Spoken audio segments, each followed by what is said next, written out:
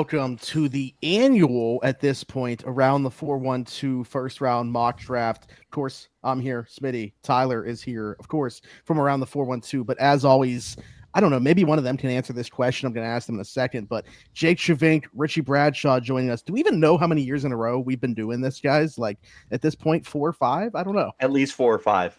Yeah. I don't know if we did it. I don't know if we did it the COVID year in 20. Okay. But I think we've done it every year since.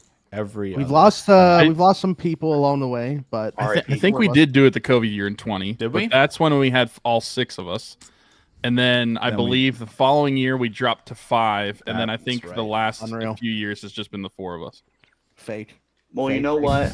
Call me the Wolf of Wall Street because I ain't leaving. They're going to have to tear this place down. The best part about it to me was like this year specifically, like we hadn't talked about it until like last week. Like it came about so quickly, and the fact that we're still able to make it happen, I'm psyched about it. But anyways, didn't give you guys much of a platform there to introduce yourselves. What I do like about this is you can put your usernames right under you. However, Jake has decided to forego that to send a message. But Jake, we'll start with you. Tell the people first off where they can find you. Yeah, at Jake NFL Draft on Twitter. I'm doing a lot of stuff on YouTube, Jake Schyvinck NFL, a lot of prospect breakdowns leading up to and after the draft. So there'll be a lot of that stuff. Maybe a Pittsburgh Steeler, who knows? Maybe they'll pick somebody I've already done like last year with Peyton Wilson. So it could happen. You never know. Maybe they're the Derek Harmon team. We'll see, right? But yeah, doing a lot of stuff there. And yeah, a little bit of Packers, of course, but a lot of drafts. So this is the Super Bowl for me, and I think for a lot of us, right? So excited for it. And being that I am incredibly selfless, I've decided to give Tyler the Steelers to make the selection for them tonight. So we'll see if he goes the Derek Harmon route or a different route. But Richie, tell the people where they can find you, everything about you besides your favorite NFL team. Well, I was never going to say that. So big time Arizona State guy. If you can't tell from the backdrop behind me, if you guys want some Arizona State Sun Devils content, you can follow the Locked On Sun Devils podcast, part of the Locked On Podcast Network, your team every day.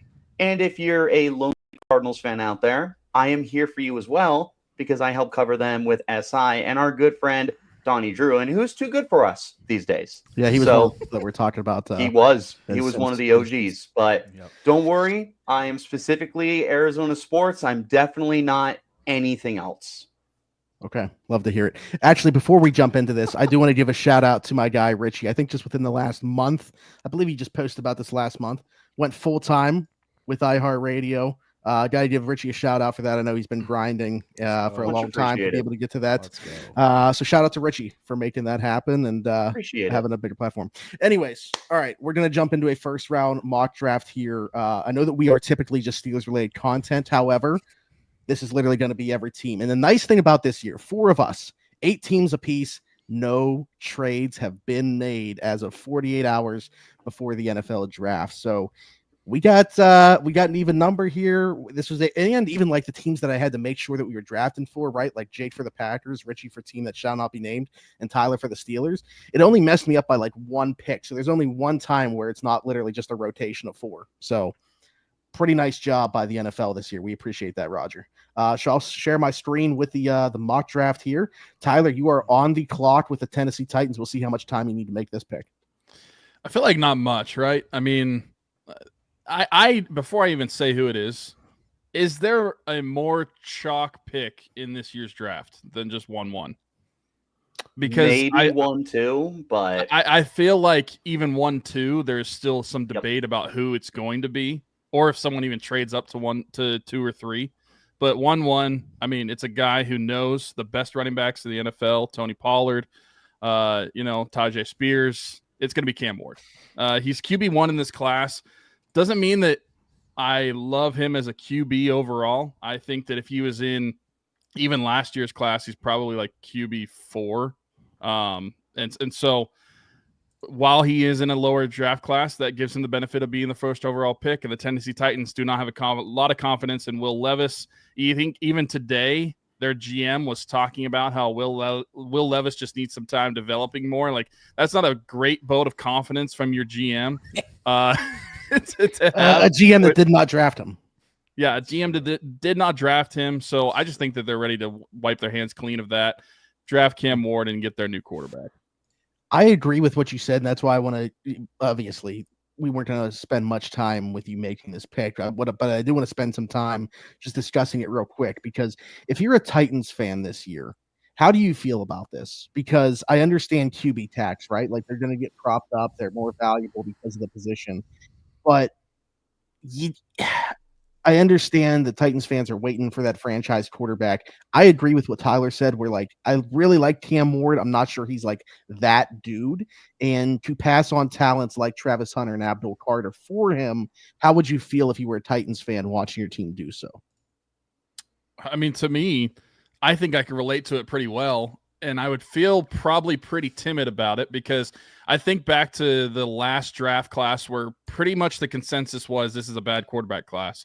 And it was the last time the Steelers took a quarterback a few years ago when they took Kenny Pickett. Now, at least the Steelers had the benefit of taking him at 20 and not with the first overall selection. Yeah. So I guess there's some solace as a Steelers fan knowing that you didn't waste the first overall pick on Kenny Pickett, but still as a first rounder, you're taking that gamble on Cam Ward, and I don't think Cam Ward is as much of a gamble as what Kenny Pickett would have been. But still, the first overall pick in a bad quarterback class, it's still going to be quarterback.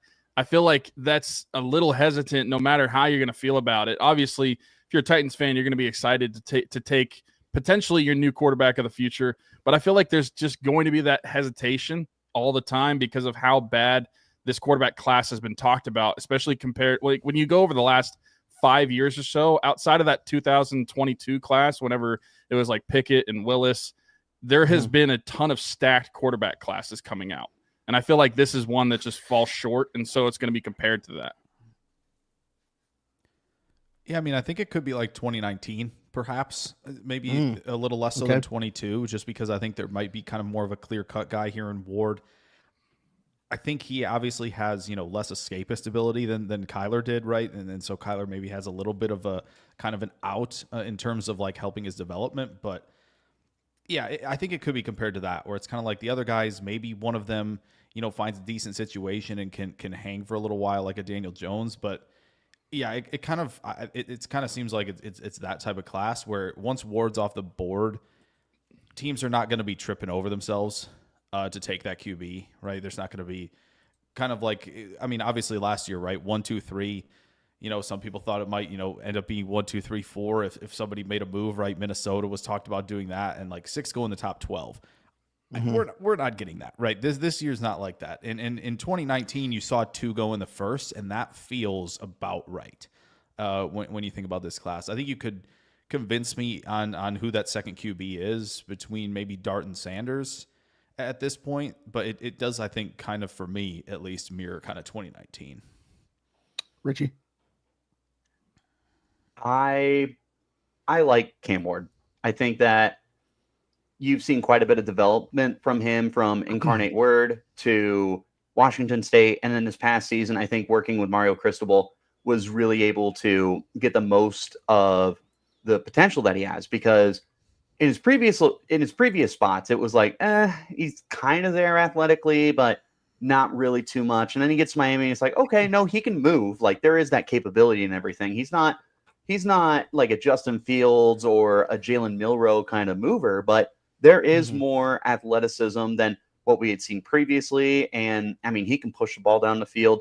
He's also got that gunslinger mentality where it's like, there's not really any part of the field that he is hesitant to throw to, which we know can be a good thing and a bad thing for a quarterback, but having a guy with that confidence is going to be a really good thing for Tennessee. Now it's just a matter of making sure that you establish weapons around him. So Calvin Ridley's a good start, and this is a pretty decent receiver draft where you can get those guys later on. So if they can grab a guy in like round 3 or round 4, there's still guys that are going to be available there who could be potential starters or big time contributors for the offense. So I think if they're going to reunite, they're going to reunite him and Kyle Williams when they select him at 33, and everybody's like, "What is that pick?" There you go. There it is. I wouldn't hate that.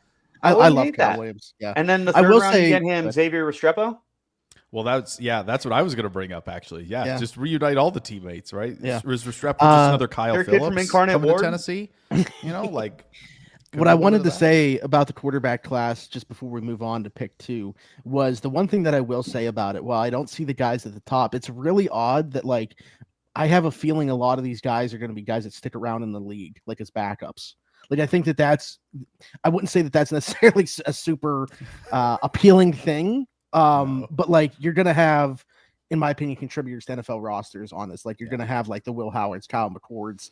I think like, even Dylan Gabriel's played a ton of football and is a smart guy, like as a clipboard holder, probably going to stick around as a backup for a little bit.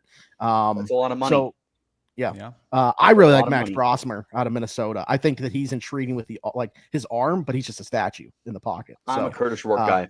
Curtis Rourke, which is interesting. Like he's the really interesting one for me on like assuming day 3 because of like the injury and stuff. Like, how much was that limiting him? But anyways, all right, without further ado, we spent too much time on a pick that was chalk. Pick number 2, Richie. I don't know how I ended up giving you a division rival here, but I did. So you got control of the Cleveland Browns. You could screw them up more than they typically screw themselves up. We'll see what direction you want to go. Well, it's funny that we were just talking about Curtis Rourke because I'm going to give them Graham Mertz right here.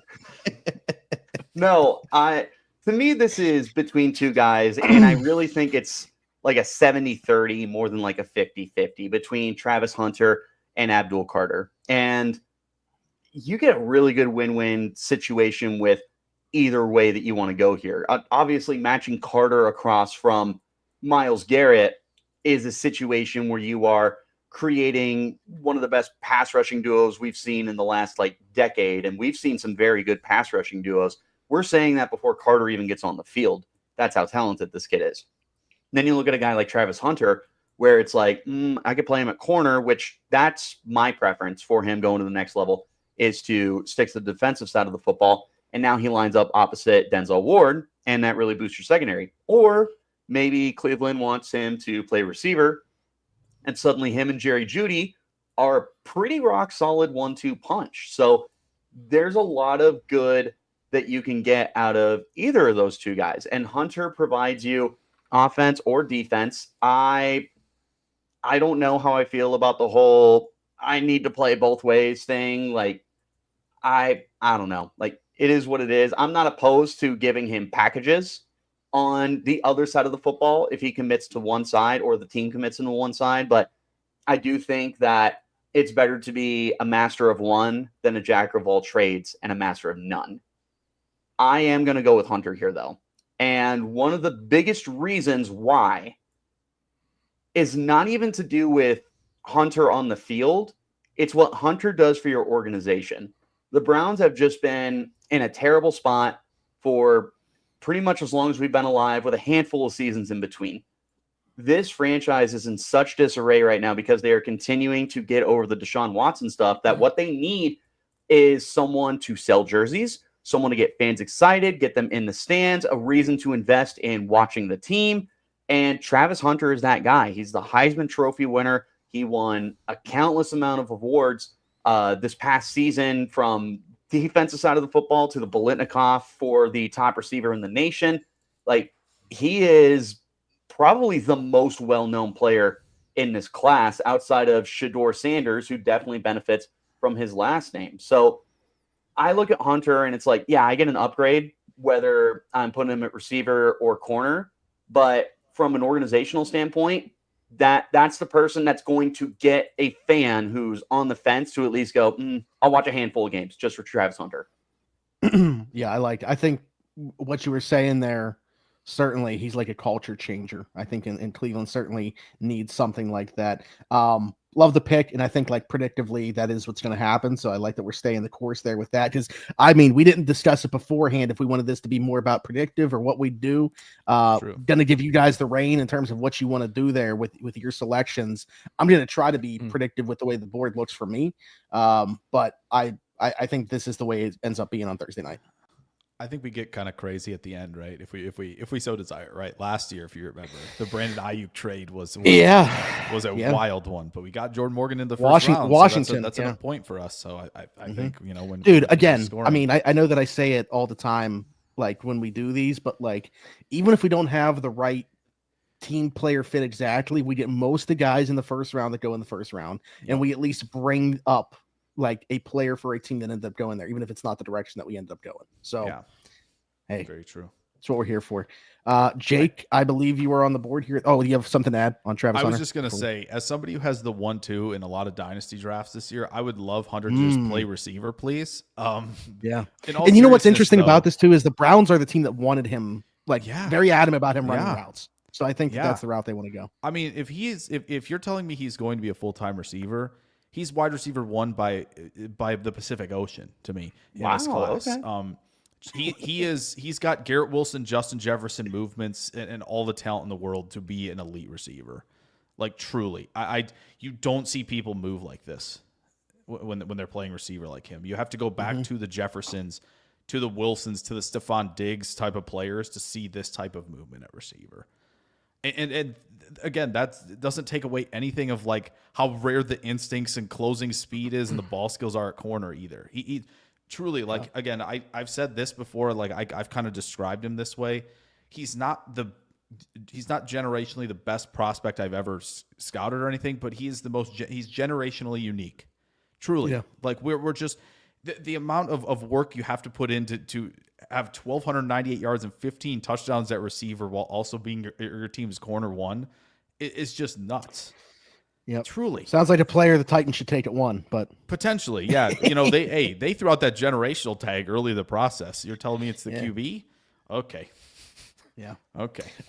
Anyways, Jake, just go ahead and keep talking because you're on the clock here with 3. I'm listening to the phones. You know, somebody might have the Panthers out there if they're interested. The Niners. You know, I will be taking calls here for the next 10 seconds if anybody's super interested in moving up. Well, I don't want to sit here for 8 minutes. You know however long they get, right? Well, I think you lost some of that time we were talking about Cam Ward anyways. Right, that's what I mean. Yeah, exactly. Right, it's down from 10 to 8 already. So I do feel like this is a potential. Hey, how about the Cowboys just get stupid, decide to not pay Micah Parsons, and go up and get Abdul?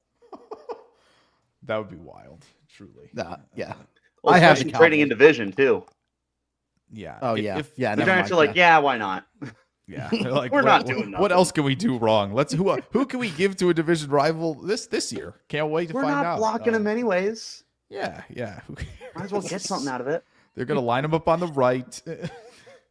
We got turnstiles over there. Yeah. I mean, if nobody's interested in moving up, I am going to take Carter. I know that they have Brian Burns. I know that they have Kayvon Thibodeau. I think they trade Tibbs. We're going to have to figure something out with Thibodeau, probably. Yeah. And probably move him because I'm just not going to pass up on Abdul Carter here. I think he's the last like true blue chipper. I think you could maybe argue that Graham is up there. I could hear that argument, but to me, it's like a 2-player surefire blue chip class, and if you have a top 3 pick and you get one of them because someone took the QB, I think you have to pounce on it. So. I think there's a Michigan player in this class that is at the top of their position group, and it's not Mason Graham. Yeah, it's who's in my description. I think it is. Yeah. Anyways, we can have that conversation when we get there. I'm sure we are going to get there. Yes. I think this is, again, we're still tracking the direction that I think this is going to go on Thursday night predictively. Can I say one thing before New England picks?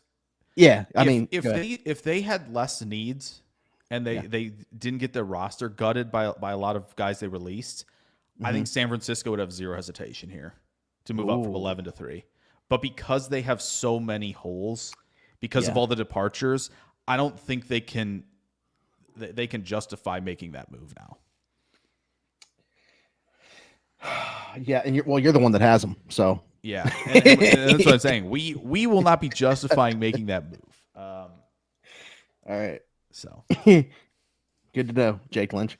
Yep, that's me. But I got 4 with the New England Patriots here. This is where it gets. This is to me where the draft starts. Yeah. Where I'm not like, because I know that we said about in chalk. To me, I actually think those top 3 are. That's the direction that I think that we're for sure heading. This one gets a little bit interesting. I don't know if you guys have been paying attention to, say what you will about the betting lines, but they're going to influence the way that people think the picks are going to go. Ashton Genty now even money to go within the top 5. A lot of talk about, is that Jacksonville or is that New England at 4? That's not the direction that I'm going to go. I just wanted to bring that up.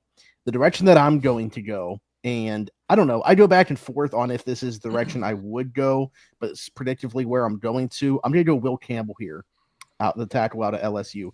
And my question to you guys, despite me having already made that selection, I'm going to stick with that for sure, is speaking of sticking, is he going to stick at tackle in your mind? Yes. Yep. Okay. No question. If you're picking him here, you have to start him there. Period. Oh, absolutely. But absolutely. I think there's a range of outcomes where it doesn't work. But if it doesn't, I think you have a guard for a long time. A long time. I think you can see a scenario where they try him at tackle for 2 years. If it doesn't work out, they just slide him inside. It's a good thing it's going to work out. That's true. That's true. Yeah, because I was just saying how sounds like Drake May right now. He's like he is the yeah, like how great of a guard does he have to be to return this value? That's my question. If it doesn't work out at tackle, I mean, I guess you just say Brandon Scherf at least, right? Because Scherf was the highest guard ever at 5. So I feel like that's the floor for him. If he does move to guard, is you have to be Brandon Scherf. Yeah. If Josh Simmons was healthy and did not tear up the knee, that's my guy. He's being picked here. He's being picked here. Yeah. Truly. Yeah. I don't think there's any question. We're gonna get some other tackles in there too. The knee is obviously the issue, which stinks, which really stinks, honestly. Mm-hmm. Okay. All right. Tyler, we are back to you with the Jacksonville Jaguars.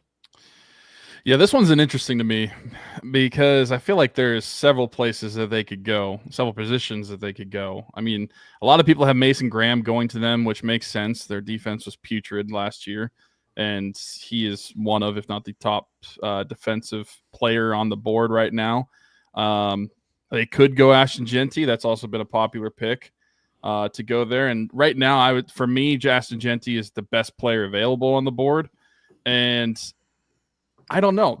I think that they could also go to other positions. It came out within the last few days that an NFL executive said that they could be a wild card. And so when I think of a wild card, I'm kind of thinking of one player in my mind, and it's honestly neither of those guys. Yeah, do it. I don't even know if it's who Jake's thinking I'm going to take. Well, maybe not. I am having them go to receiver, and I'm having them take Tet McMillan. Because to me, he is a wild card when you look at his college career. Because from a talent standpoint, he's got all the talent in the world. Had a great 2023 campaign. 2024, a bit of a down year. Kind of looked like he was taking plays off, a little lackadaisical at times on the field.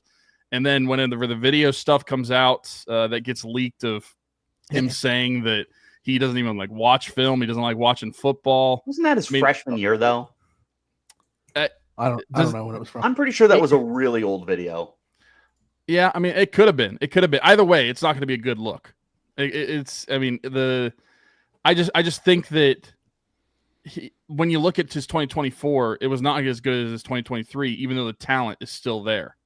And I believe that there's a chance that Tet McMillan could go to them. And I think that would be a message sent to Trevor Lawrence. I kept wanting to say Trevor Etienne because of this former future Steeler. Yeah, former future Steeler, Trevor Lawrence. Yeah, Trevor Etienne was just on my mind because of the NFL draft. But no, I think that's a message sent to Trevor Lawrence. Like, dude, you got to figure it out or we're going to move on from you. We drafted Brian Thomas Jr. last year for you, and then we get another first-round pick in Tet McMillan this year for you. You have to figure it out offensively. So yeah, that's where I'm going. Speaking of the betting odds shifting, I mentioned that with my last pick. The McMillan odds to Jacksonville shifted quite a bit today as well. I will say Tyler was not thinking of the guy I was thinking of. I have this weird feeling that they might actually just take Tyler Warren. Okay. I was thinking you were thinking either him or Will Johnson. I do agree with Tyler. I think offense is what's going to happen now. It feels like that major shift in the betting odds. Yeah. Yeah, I think Genty McMillan, Brenton Strange. Yeah, Evan Ingram. Yeah, okay. Evan Ingram's gone. Yeah. I could just see them saying, you know what, because Tyler Warren, they've said he has not had many pre-draft meetings. Because everybody's like, nope, we're good. He's good. Yeah, we know. We know already. We're fine. Yeah, my guy My guy Drew Hannes puts together a list of all teams, not just the Steelers, pre-draft information here. There's not a lot with the Jaguars. So, Well, I mean, one of them is supposedly- Quinn Ewers.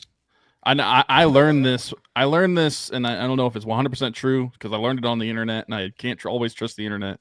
But Yeah, you is can. it true that they do not take top 30 visits? Like they don't bring anybody to Jacksonville? The Jaguars? Yeah, I'm you're right. pretty sure Yeah, they They don't have yeah. any top 30 visits. They don't bring anybody to Jacksonville, which I find interesting. Mm-hmm. Yeah. Huh. So they were at like four reported pro days here. I mean, they had more than this, obviously, but like the information is very hard to find. When it It comes to sounds like Jaguars. they're doing the level of work traveling that the Cincinnati Bengals have in their scouting staff, right? Like that it seems like that's Yeah. kind of a little bit of a comparison there for you. Yeah. All right. I like the McMillan pick for them, though. I think that's certainly possible when we get to Thursday night. We are at the Raiders, who are probably.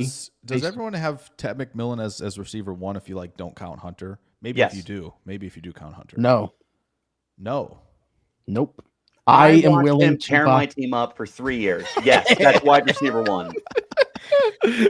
I'm willing to buy into a granted small sample size and think we're talking about a ascending player who's even going to get better in the pros. Matthew Golden is wide receiver I one like for me. that. I like it. I love Golden for what it's worth. That'd be And my here's number two. here's the thing I'll say about the other guy. I also watched him tear me up live. within this Live. Yeah, well. within this conversation here. Emeka Ibuka to me is so unique for the position just because of the non-football stuff that he brings to the position too. Like how you're not going to find a guy more selfless at that position. That's just like because he was always the number 2 option within that passing game. Yeah. And it's just so unique to the position. He's literally a Especially in unicorn the from last a first couple of down years. He's in the standpoint. NIL era. He could have just jumped ship if he wanted to. For sure. Yeah. And he has So- 2,000-yard seasons as a number Yeah. 2 receiver. Yeah. Yeah. I think he's very safe. I mean, if it's a number one wide receiver that I want to marry my daughter, which I can say because I have a daughter now, Emeka Ibuka is probably Well, at the there you top of go. the list. There you Look go. at me. It's I have a daughter. Quite an age gap though. I mean, maybe yeah. just a little bit. Yeah, That is quite the age, yeah. Well, no, I even think it's on field too, Smitty. Honestly, like the field Yeah. IQ is off the charts, and that translates. I think like Ted McMillan, excellent player. I think there are some things he has to iron out where it might not all click right away, but I think at some point it will because there are certain things you see. Like I think he needs to play to his size sometimes and don't get pushed around as much. And He's kind of got some pickings to him. Oh, go ahead. I don't want to ruin what you're going to say. No, you're good. I've said this a lot because it's something that immediately jumped out, and you can find it on like back-to-back plays where like the body language. You can tell when he's running vertical routes, and you can tell when he's running in and out breakers. He stands straight up when he's halfway into a stem. So he has to fix that. Like it's just fine tuning the stuff, right? That a guy like Ibuka's obviously been in college a year longer, and he's kind of been able to. Also, he had Brian Hartline, which is I was going to say he had a lot better coach. Too. Right, exactly. And so like once McMillan gets, I think, better coaching, and I as much as kind of like the Cohen rubs the Bucks the wrong way, kind of with how he kind of had that exit. I clearly what he did for the guys in Tampa Bay was excellent. Bucky Irving, especially, obviously Godwin, he had him rolling before he got hurt. So I do imagine that his coaching staff will help McMillan, but I do think it might be a little bit longer of a track to get to where I think all of us think he can get to, as opposed to a guy like Ibuka, where I think you're not asking him to do some of the things that McMillan is probably going to be asked to do immediately, but you might see more results early from him. I think I'm not calling him this player too, but I do wonder if Cohen would view McMillan as like his Mike Evans. I'm not saying that like he mirrors his skill set 1-to-1, but Brian Thomas Jr. certainly doesn't. I think if you're looking for like a different type of body, Ted McMillan would offer that. But all right, You guys buy Ted into- as a wide receiver too. That's nuts, by the way. Yes. That is Real quick, nuts. because I know we're going a while on this. Do Well, you it's your guys pick as buy well, so into just transition. the separation stuff for him? Because I know typically there's 2 ways of separating the pros: route running and speed. He is not the speed guy, so he's got to figure it out route running.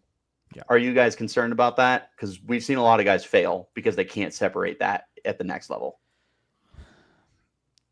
I don't think he's quite to where London was, because like I remember London got that big body receiver treatment, and I think when you watch him modulate the tempo better and put in a lot of late pressure and all the change tempo that he could do at USC, it was kind of like, oh, no.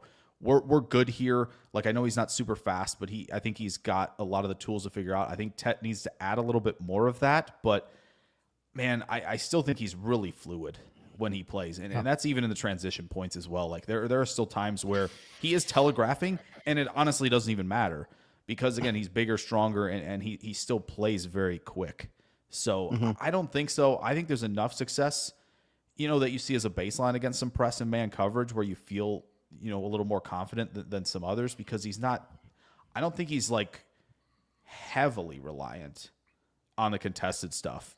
He's just so excellent there. And I think it comes in all forms, right? It's not just like bodying up a guy, right? Like there's more instincts to playing that position, working back to the ball, right? Going to attack it a little bit more to give yourself some more space to operate. Like he does a lot of that too, that I think is kind of maybe pushed into the wrong category of like, oh, he's just catching contested balls. So I'm not as concerned, but I do think, as I said, there are some stuff that I think he needs to iron out that will make his development track a little bit longer than the others, but the ceiling is higher.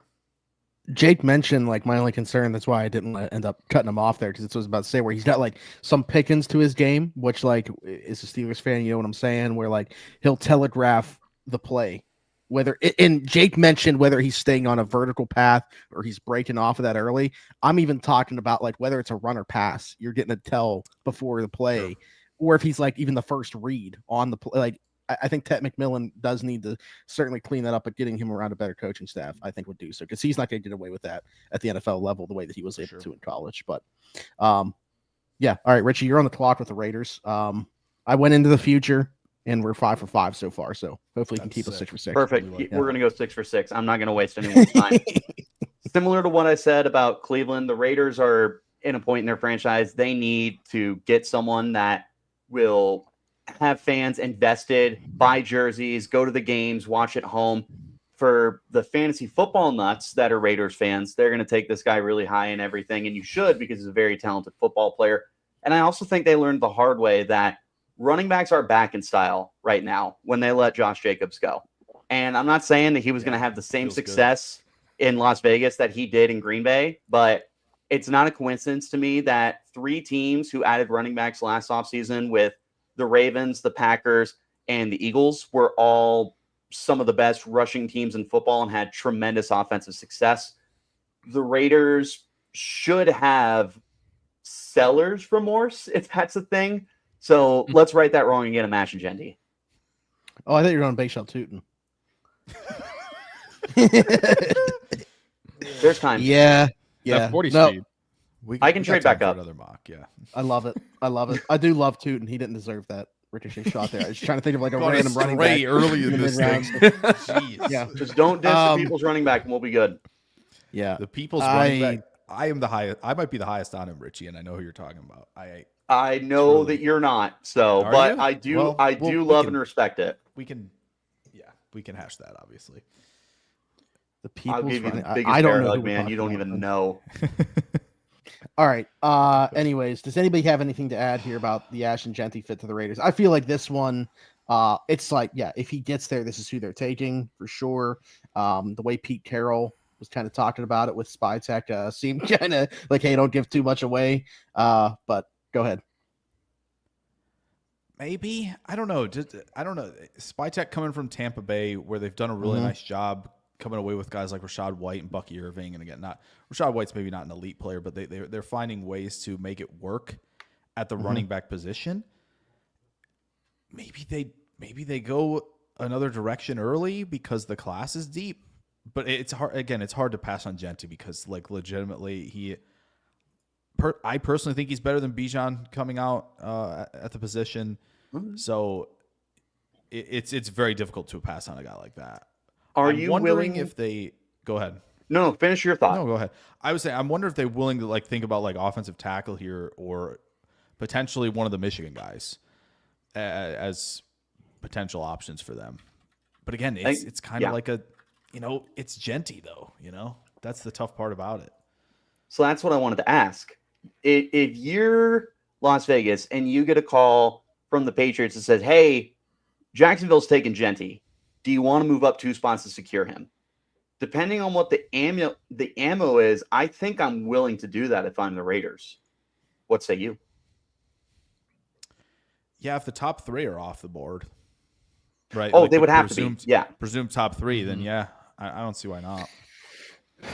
Well, if one of those top 3 is there for the Patriots, they're not moving. If Hunter or Carter are there, they're not moving. Right. But yeah, I mean, yeah, I don't see why not. Because I think the Pats can move down 2 spots and only miss out on Genty and maybe Tet McMillan or Mason Graham or Armand Membo or something like that, and still feel confident that they can get who they want. Yeah, I think so. I think if you're the Patriots and you want to move down and you feel like you can get Campbell or Membu, still, I think that's really good. I think you feel really good about that if you can make that happen. So my thing with this for the Raiders, like as much as we've seen, the Saquon Barkleys, Derrick Henrys, you mentioned Josh Jacobs as well within there. I mean, even like Joe Mixon had a really nice year with the Texans after being cut by. Yeah, that's another one. But I think when you look at that, like even with them adding that value back, and I know that we see Batcho in the first round, and like Jahmyr Gibbs, I would say has returned that value for sure. And like Bijan Robinson obviously had a really nice year last year, but like that situation is what it is. The thing that I'll say about spending a first round pick on a back, and I like Daniel Jeremiah was kind of like the champion of this thought, and I have co-signed it, is if you're taking a back in the first round, like it's got to be a team that can make all of his carries mean something. And when you're as far away as the Raiders are playing within that division, this probably isn't the direction that I would go. The team that's picking the highest that like it could make sense, right? And like another team that does not make a lot of the right decisions. Dallas, because of the injuries they had last year, was not in a playoff position, but they're picking the top dozen picks. And like with Nash and Genty, they could be right back in that postseason contention. That's probably like the first team that I would think about here within this group. I would bring this team up again because they, if they hadn't lost a ton of players this offseason, who better to maximize Ashton Genty than Kyle Shanahan? Oh. The only problem is all that money you sent right in the McCaffrey. Oh, for sure. That's what I mean. Like if they kind of had the situation set up where it was just Mason and Garendo, like you would be in a spot where I wouldn't hesitate because. Could you sweet talk the Jaguars or the Raiders into taking CMC plus whatever to move up for Genty? Probably not. I imagine if the Raiders are so interested in Genty, right, they're not going to be like, yeah, let's take the older guy with a ton of cash. The older white guy. Yeah. And when you can get a Scatabo later, You mentioned Jordan Mason. I didn't like that. They traded him to Minnesota. Which is weird. Yeah, I didn't like that move. But so many guys go. Anyway. Yeah, that it's interesting with Genty because he is such a good player, but like it's hard to kind of properly evaluate that. But all right, moving on to the Jets, which is you, Jake, right? Yes. Yeah, we're helping New York, New Jersey teams. Yeah, we're trying to help them out here. I truly a lot of directions that they could go here, like Mason Graham paired with Quinnen. I could see them going that, with how Aaron Glenn would like to set that up. However, I do think it might make more sense for them to find the true one tech later. I don't know if I'd pick Kenneth Grant this high, right, in terms of that. So they're going to have some options, Alfred Collins, Tyleek Williams, all that on day 2. CJ West, another one, to potentially take that mantle. I think if they felt like he was healthy, Will Johnson would make some sense. You lose DJ Reed, but if Aaron Glenn wants to emulate what Dan Campbell's doing in Detroit, I gotta go Membo here. Olufashinu and Armand Membo is hopefully your version of Decker and Sewell in New York. So much athleticism. And Membo, just watching him just shut down every SEC rusher that we're going to talk about all week long this week. It's just kind of like, yeah. I mean, he has deserved his spot amongst the top tackles in this class, right? To be in this discussion, to go out and do what he did last year, it was spectacular. And the best part about the Jets situation, you don't have to wonder about him, can we kick him to the left side, blah, blah, blah, all that stuff. You don't have to worry. He's sticking at right tackle. We're ready to roll. Fashanu taken over at left tackle, this is where we need to start building this foundation in New York. It's beautiful too. That might be my dream pick for the Jets right now, is shoring up and having those bookend tackles. And something that I've thought about before, if the Giants weren't in a situation where you are all but guaranteed Travis Hunter or Abdul Carter to be there, I would consider taking Membo all the way at 3, knowing that I have Andrew Thomas on the other side of him to give myself that situation that the Jets would have.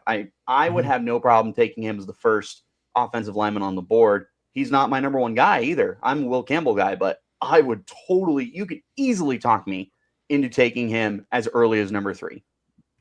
Yeah, I mean, I certainly consider him at 4 for the Patriots for sure. Yes, 100%. Yes.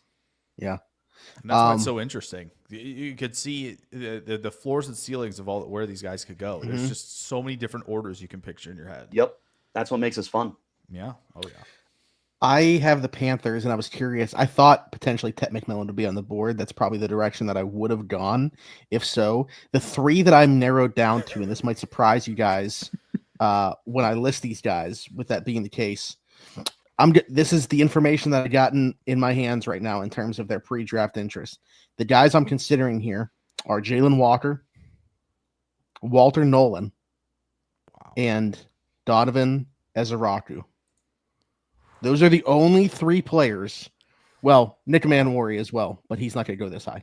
Those are the first-round players that they've had multiple boxes checked in terms of pre-draft interest. Can you run those by again? The 3 players? Yes, please. Donovan Ezeraku, Walter Nolan, and Jalen Walker. Got it. I like all 3 of those guys. Yeah. I've been on Nolan forever, so. Ezeraku. Yeah, and I don't have. Ezeraku's awesome. Yes. Yeah. Imagine. Really high. I wanted to mention that because if this ends up happening where he does go at 8, I wanted to have said it on here. Yeah. He could be edge too.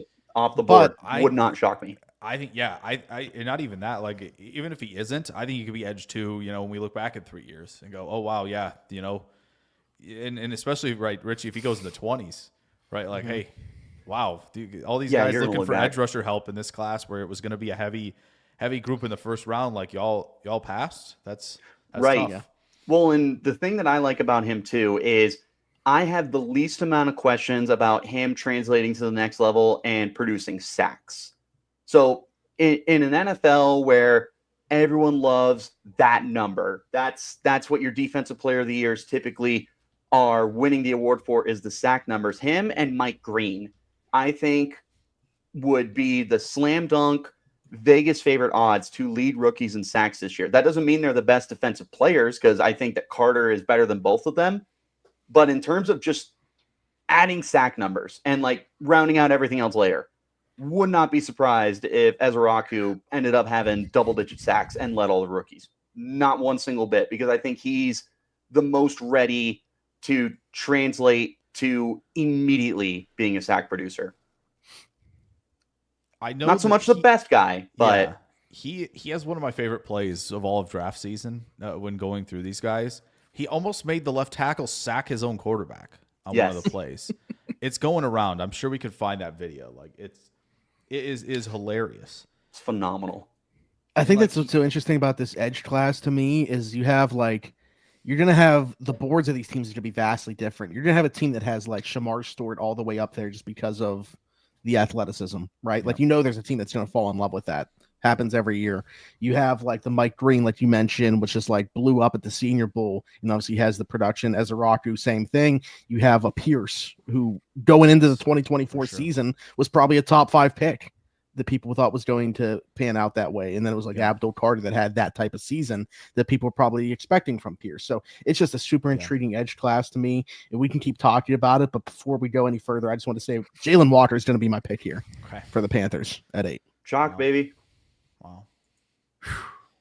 There's a team that I'm Michigan hoping Ezeraku is going to be there for, so I'm so happy.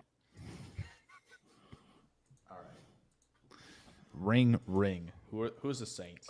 Oh boy, I have the Saints. All right. This is John Lynch with the 49ers. We'd love to make a little swap for you from 11 to 9 if you're interested. What are you offering? You know, that's a great question. Let me pull up my Rich Hill Well, I trade can- chart here. That's a great question. I'm glad you asked. I'm glad you asked that because that was something we were probably going to have to hash out at some point. Anyway, I am 100% certain that has definitely been a trade call before. Is like, what are you offering? And the GM has to look up what picks he has.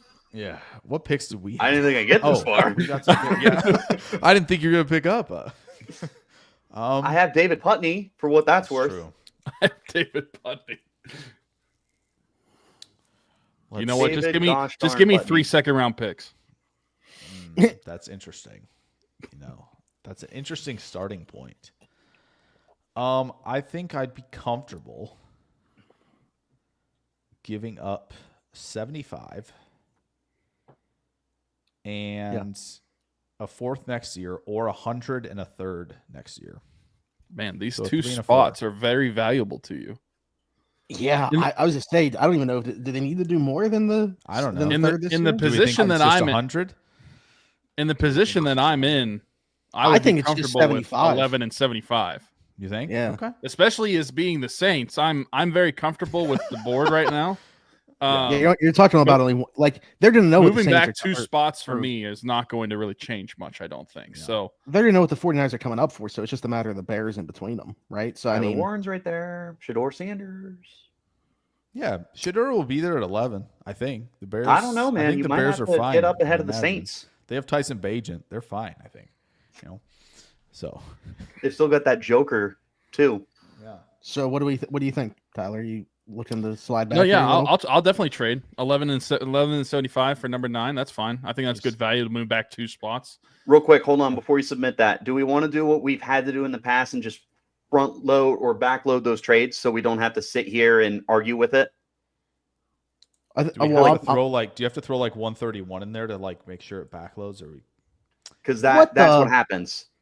So Yeah. do you want to, we'll make a note of what the trade is and just trade your entire 2026 class or something. Yeah. Or you can fight the computer, man.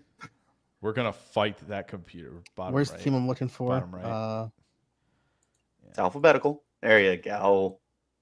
Try. Well, yeah. What? I assume it's because the 49ers saying- didn't want to do that, right? I would say, is it saying that Is it a double-sided? Both sides have to accept. Let me pick it? this That's- team first. That might be what you need. I mean, I'm. That's true, because is New Orleans offering that? That's Yeah, why. That's I gotta why. pick the New team. Orleans All was right. offering it. Yeah. Yeah, New yeah, Orleans yeah. was Okay. like, hey, yeah, we'll take all those. we'll take 2 first-round picks We'll for move 9. back. They called San Francisco. In that scenario. Yeah, Mason Graham. This is I think this is exactly what they need. I think you could convince Honestly, I me thought it of- could have been potentially Warren you were coming up for in front yeah, of the I Bears. thought about that for sure. But I was again, right? kidding. If we had to get in front of Chicago, right? I think as the Niners GM, we were comfortable with either tight end.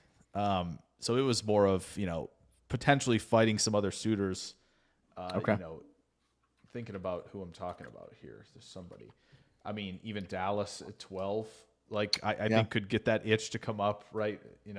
So Miami maybe 13, another team that could use defensive.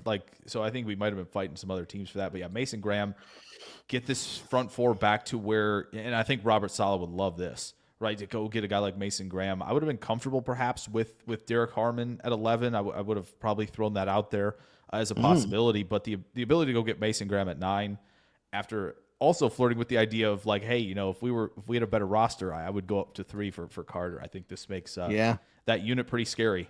With Bosa coming back and all that. So Yeah, I would have said prior, hard to envision this little bit of a slide for Mason Graham, but we just saw the scenario play out, and I don't think it's that far fetched. I don't think so. It's just the weird thing about this draft is you're going to see guys who shouldn't fall that far fall far. Yeah, it's true. Richie, you got the Bears here at pick number 10 after seeing the Niners jump in front of you. What are your thoughts? So I know that the Bears are going to be really interested in trying to add a running back really, really early.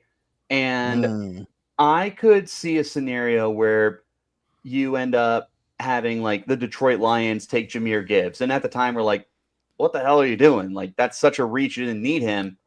And then obviously it works out. Jake got a in the pretty long good run. meme of me out of that situation. I got a good meme of myself. I think every a lot of channel us I were wrong watched- about that. Every channel I watched, well, I think it was just even like we liked the player, but we're just shocked. Right. It was just kind of like, whoa, you could. But I think they kind of rectified it if you change that order up of those first 4 guys they picked, right? It's Yes, kinda like, because they get Brian Branch in the second Yeah. round. It's like, that's who you should have taken in the Laporta. first. yeah, Laporta would have been fine at 8. Like, just pretend that Campbell was the last guy you picked, and you're good. Right. And even then, he's still been rock solid when healthy. Yeah, that's true. That's true. So if I'm the Bears, I'm definitely going to be sticking to adding someone that I love rather than worrying about the draft board kind of thing. I am more focused Okay, on Shador. what's that? I said, okay, so Shador. Well, Caleb does need someone to push him, and I can't think of a better diva to push a diva than that diva. Mm-hmm. I love Caleb. I think if I'm the Bears, I'm also potentially listening to trade offers here. They've got some good day 2 picks. They got 3 picks in day 2. But if a team were to give me a call for a big move up or a small Ring, move ring. up, I knew it. Here the guy. Here Hello. it comes. I'm not the GM, but I'm the assistant GM of the Pittsburgh Steelers, Andy Weidel. I was just calling to let you know we're not interested in moving up here. But after the nope, hung up. We're Ryan, calling you. I was gonna say I'm gonna have to have a talk with my assistant. What's going on right here? after Who gave my the assistant the phone? after the Chase Claypool trade, we were just wondering if you were trying to do business again. That's fun. I would love to give you basically a first round pick for George Pickens. Yes. Interesting. Schefter is reporting that 10 for George Pickens is on the table. My God. There is an extension on the table for Pickens upon the trade, There you go. resetting the market. I thought you were calling to somebody else, Smitty, because there's been a lot of talk, a lot of chatter about a certain team. Yeah, down the near that Broncos. Yeah. Yeah, no. I think the Broncos might be cowards. If I see one of these guys go, I might think about it Yeah. in a little bit. But Would Sean Payton trade up for Marcus Davenport again? It didn't Man. not work out last time. So, Oh man. but I'll tell you what, like I said, I think if I'm Chicago, I'm playing my draft strategy based off of who I love, not based off of the perceived value. So if there's a running back that I'm absolutely in love with, but maybe they have Walter Nolan as one of their top 10 players, you might be leaning towards taking that running back. So, cool. You can jump in here, but not help us draft. Okay, Nate.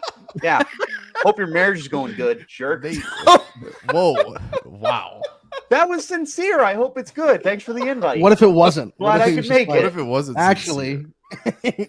Listen, he's the Bears GM right now. He got called by Pittsburgh, and Pittsburgh rattled. just gloated in rattled. his face. Yeah, yeah. Pittsburgh Ever just since then, gloated in his I've face. had the Bears and he's- rattled since then. Yeah, the Bears. I got to go see the White are- Sox after this, man. I'm not doing good.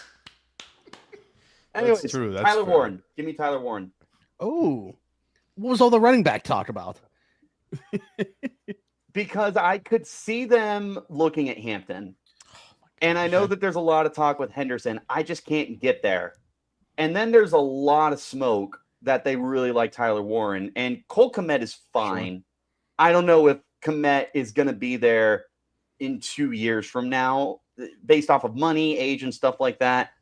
And Warren's just phenomenal. I'm absolutely enamored in love with him. So yeah. I basically, if I'm Chicago, I'd be between Warren and your favorite running back. And I myself am going with Warren.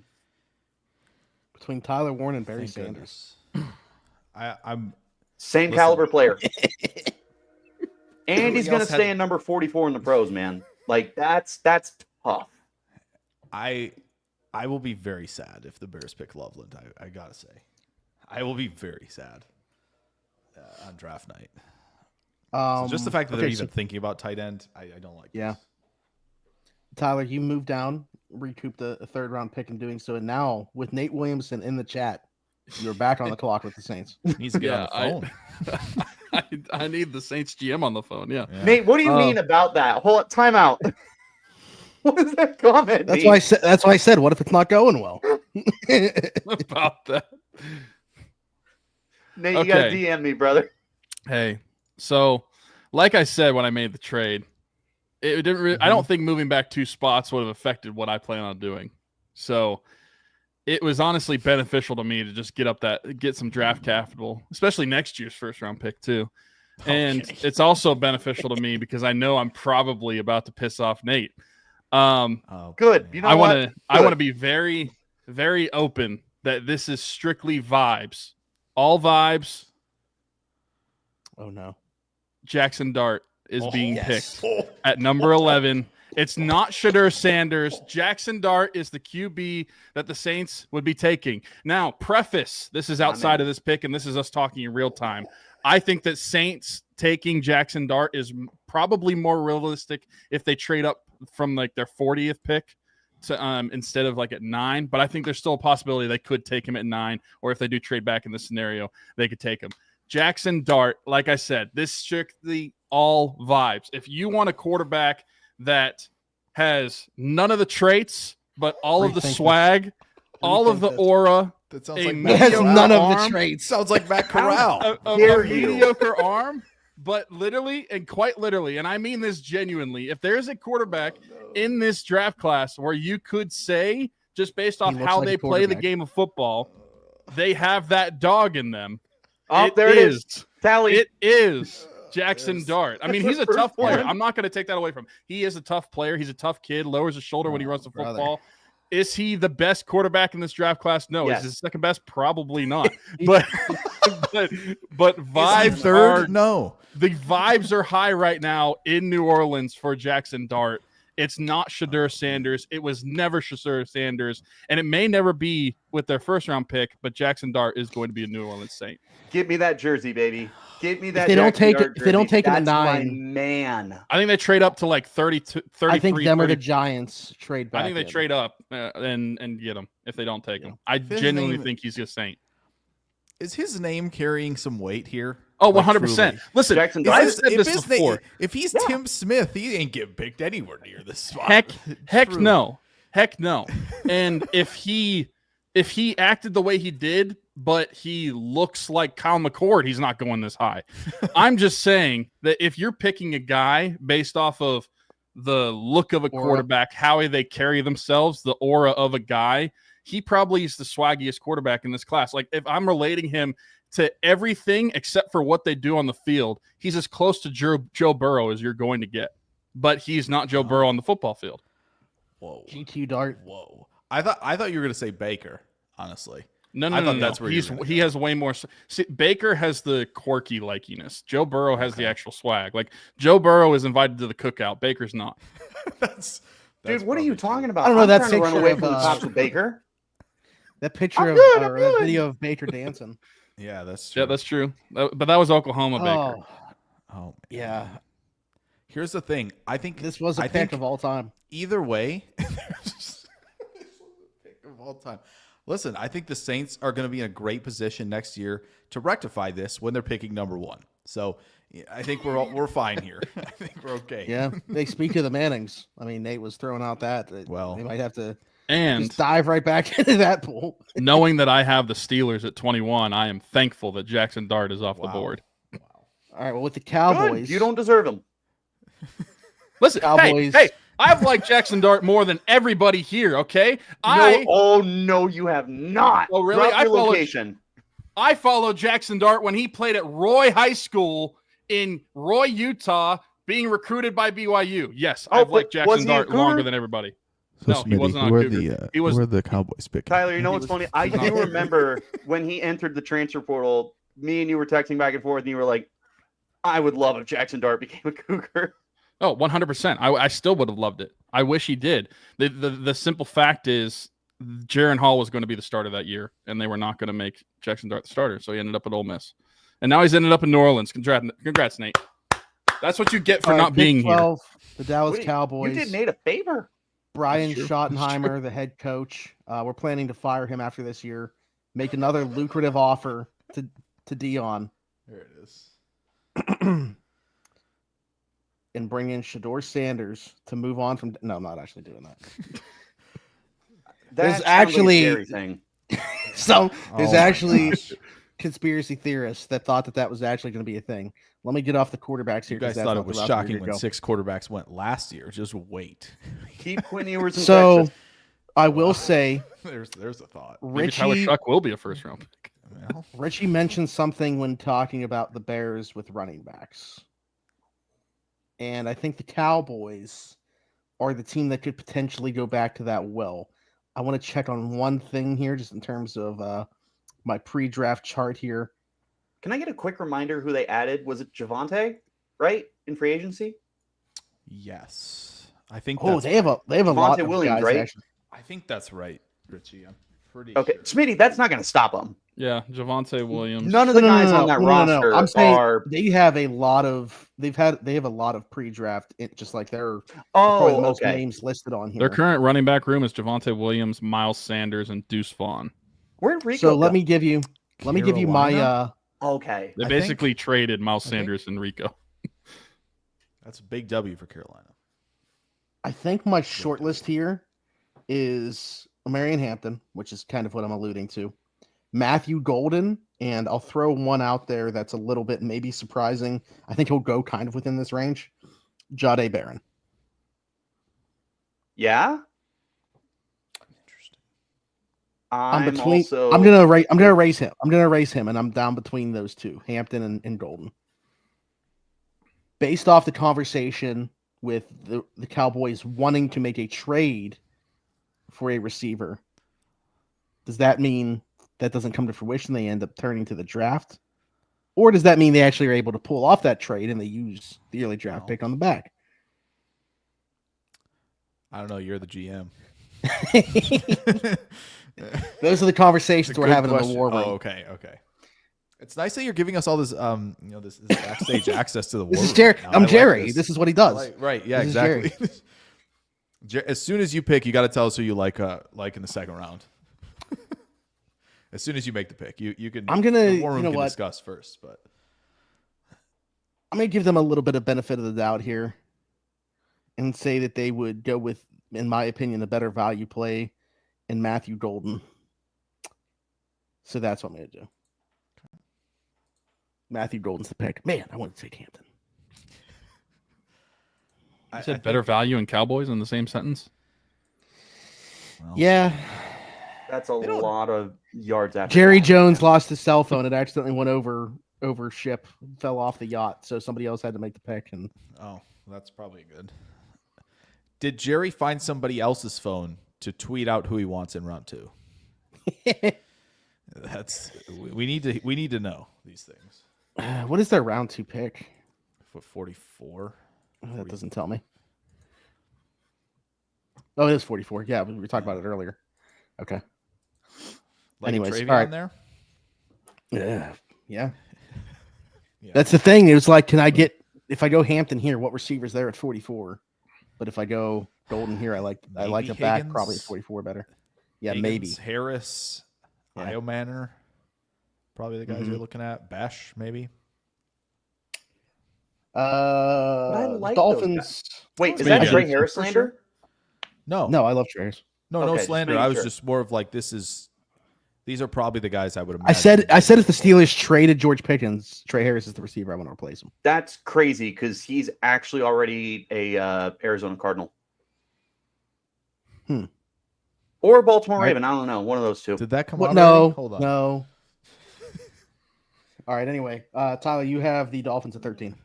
I do. I'll keep this one a lot shorter than my last pick. I don't think it's going to be as exciting as my last pick.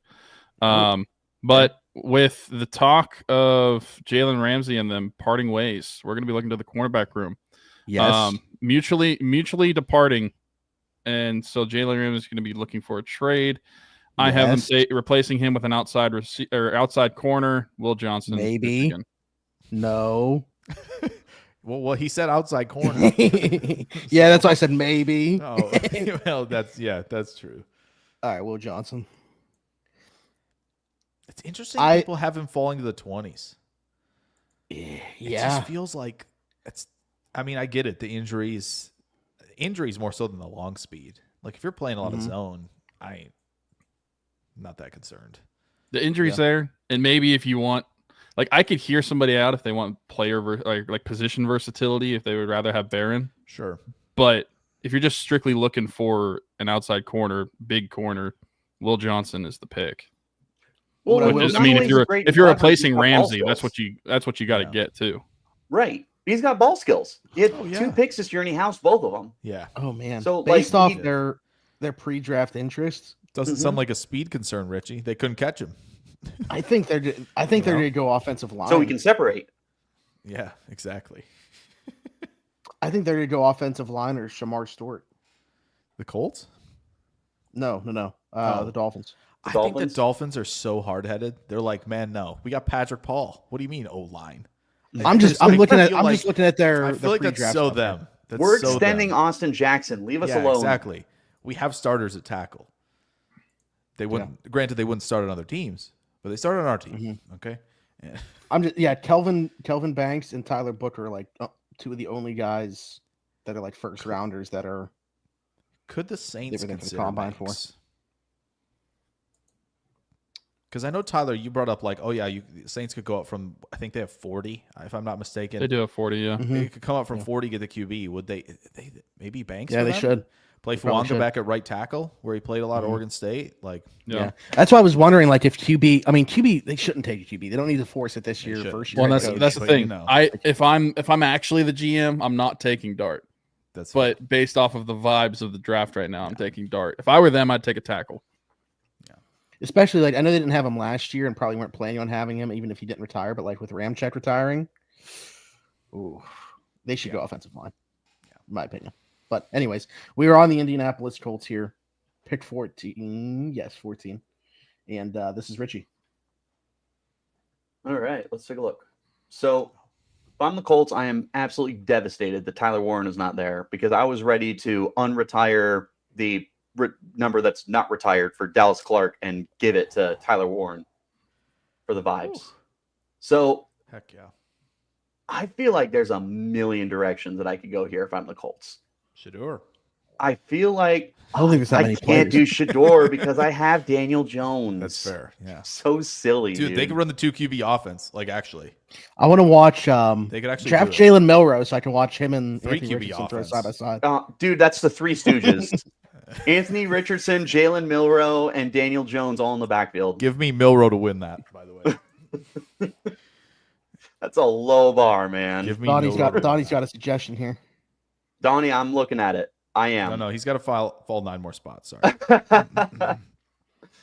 But I do feel like there's just so many directions the Colts could go because I look at that roster and it's like, it's not terrible, but man, I could upgrade a lot of different positions. One of the positions I think is really overlooked when it comes to Indianapolis, though, is like that edge rusher spot. I don't know who all I like there besides Kwity Paye. And I feel like Kwity is a number 2 anyways. And I've got just about everyone on the board right here at edge rusher. In fact, the only 2 that are gone are Carter and Walker, and I am not anticipating either of them to be there right now. So I would be taking a really hard look at Mike Green would be my preferred guy. I will tell you, I am one of the people that's in on Shamar Stewart, but I also think that he's so niche that he needs to go to a team that can develop a pass rusher. Like the Ravens or the Packers are like a perfect fit for him. No. Fine. Don't take good players. Want Van Ness Jeez, again. dude. I don't want Marcus Davenport, man. I'm just kidding. He's even more of a project, but could be way better. You know, there is that. Yeah. So if I'm going to be the Colts, I go Mike Green here. And one of the things I love about Green, too, is I saw a comparison once to Robert Quinn, and I can't get off of it because I think that he can play with that hand in the dirt, but I love the idea of having him stand up and just crash the corner. So if I'm the Colts and I know that my defense is really wishy-washy right now. And if it's bad again this year, we may see a scheme change next year. I like knowing that Mike will be able to make that transition, whether it's a 3-4, a 4-3, if they go full-time nickel, if there's 7 defensive linemen, whatever they want to do.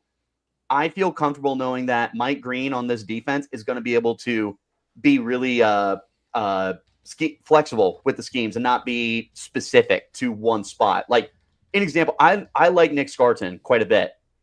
I don't know if I like Scarton to stand up. I want him with a hand in the dirt. But where I have Mike Green, I like him either way. I saw that Robert Quinn comparison. I can't get off of it. I like that. I do too. I like that. I like you guys. No notes. Back at you.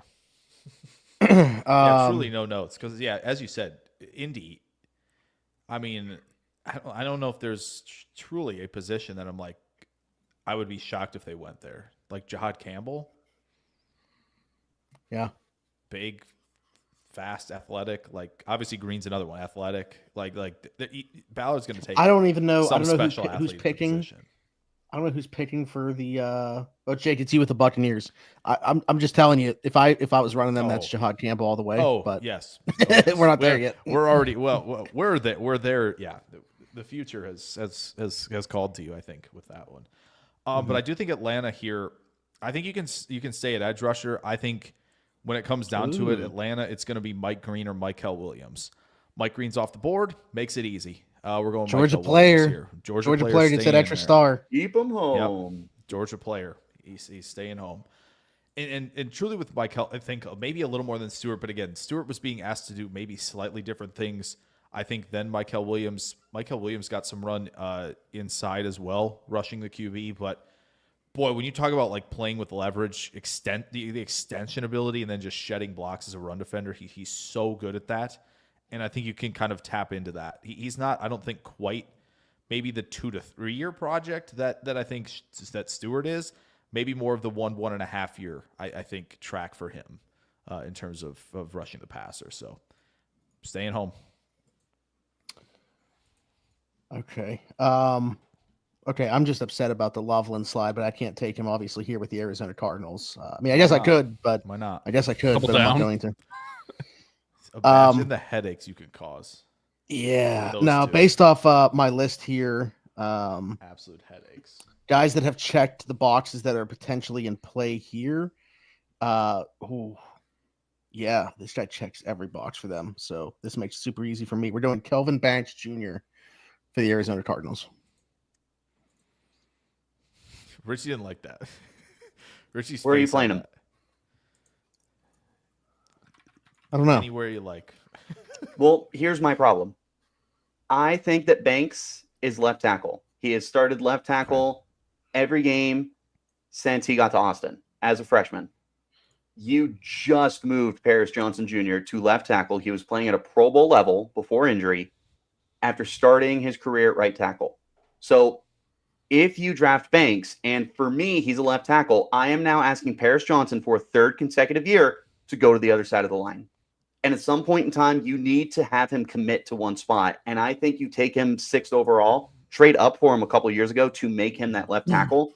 But I get it. I do, because I love Kelvin Banks, and the offensive line has no long-term answers that aren't Paris Johnson Jr. And Kelvin is phenomenal.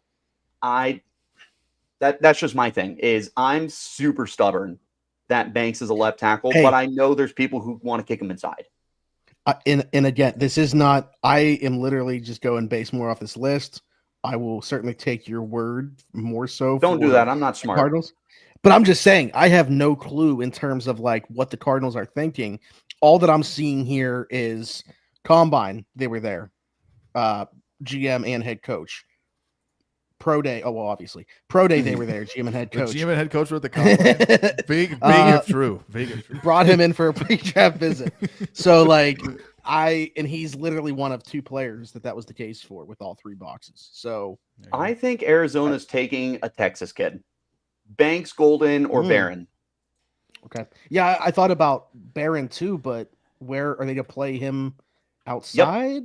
Like, yeah, okay, because Garrett Williams, unbelievable year last year. He So- is the best kept secret at slot. Do you remember a few years ago, no one talked about Kenny Moore, and then all of a sudden Kenny Moore's the best nickel in football? man. That's Garrett Williams.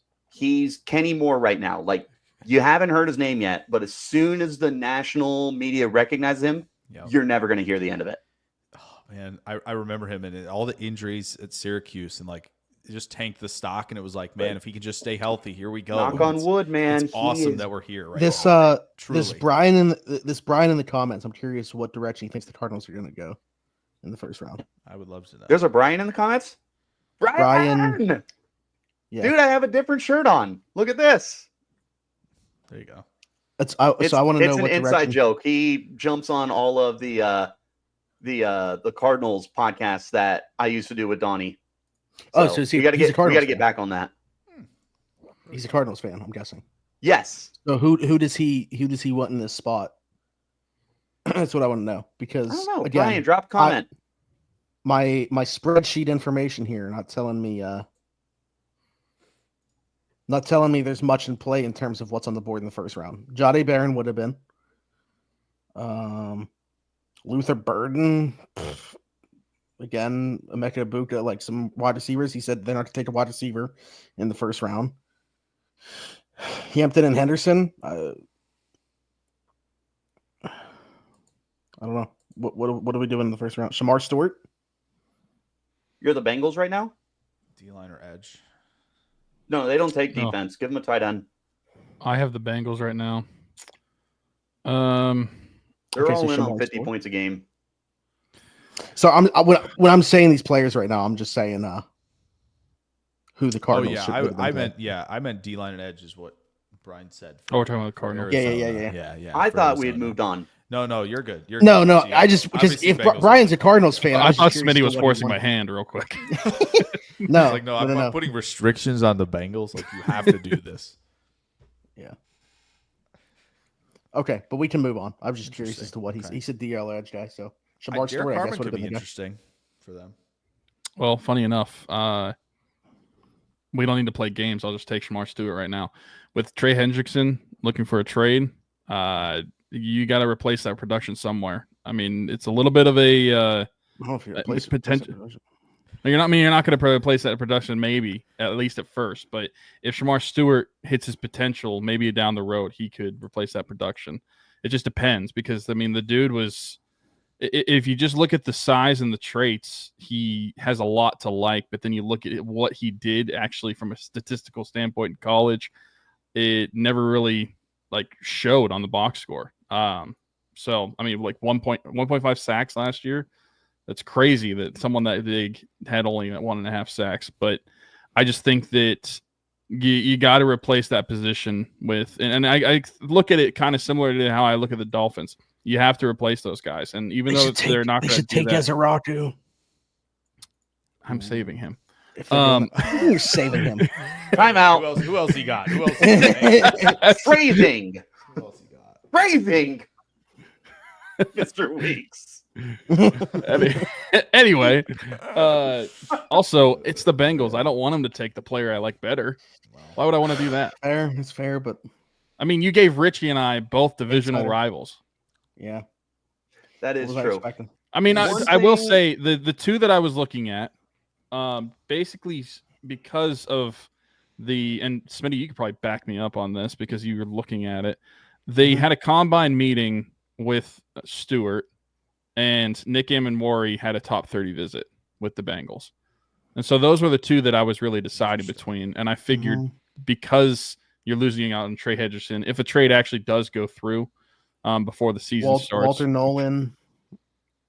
Don't Yeah. put my man in Cincy, man. That's the one thing I ask. Nolan there. Yeah, I think he'd be the only other like potential first rounder. Yeah. Is On this this? list. Also, they did not meet with Ezeraku at all. Just saying.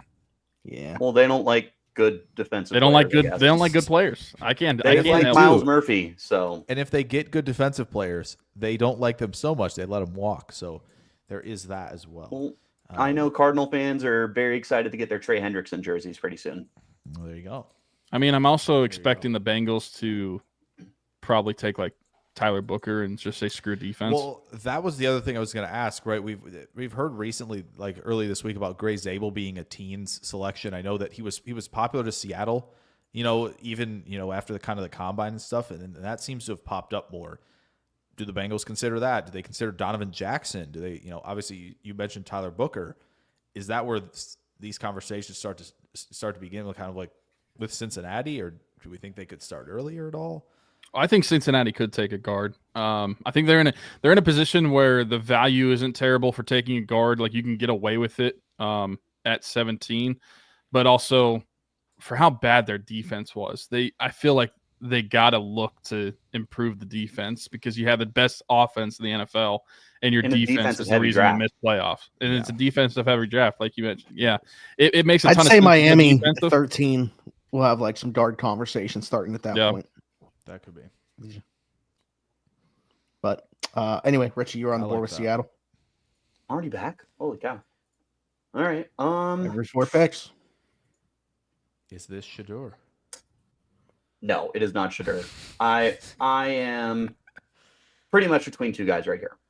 Okay. So I think their defense is good enough for right now. Although knowing Mike McDonald and seeing edge rushers that are out there, I'm sure he'd be over it if either of Mykel Williams or Shamar Stewart were there.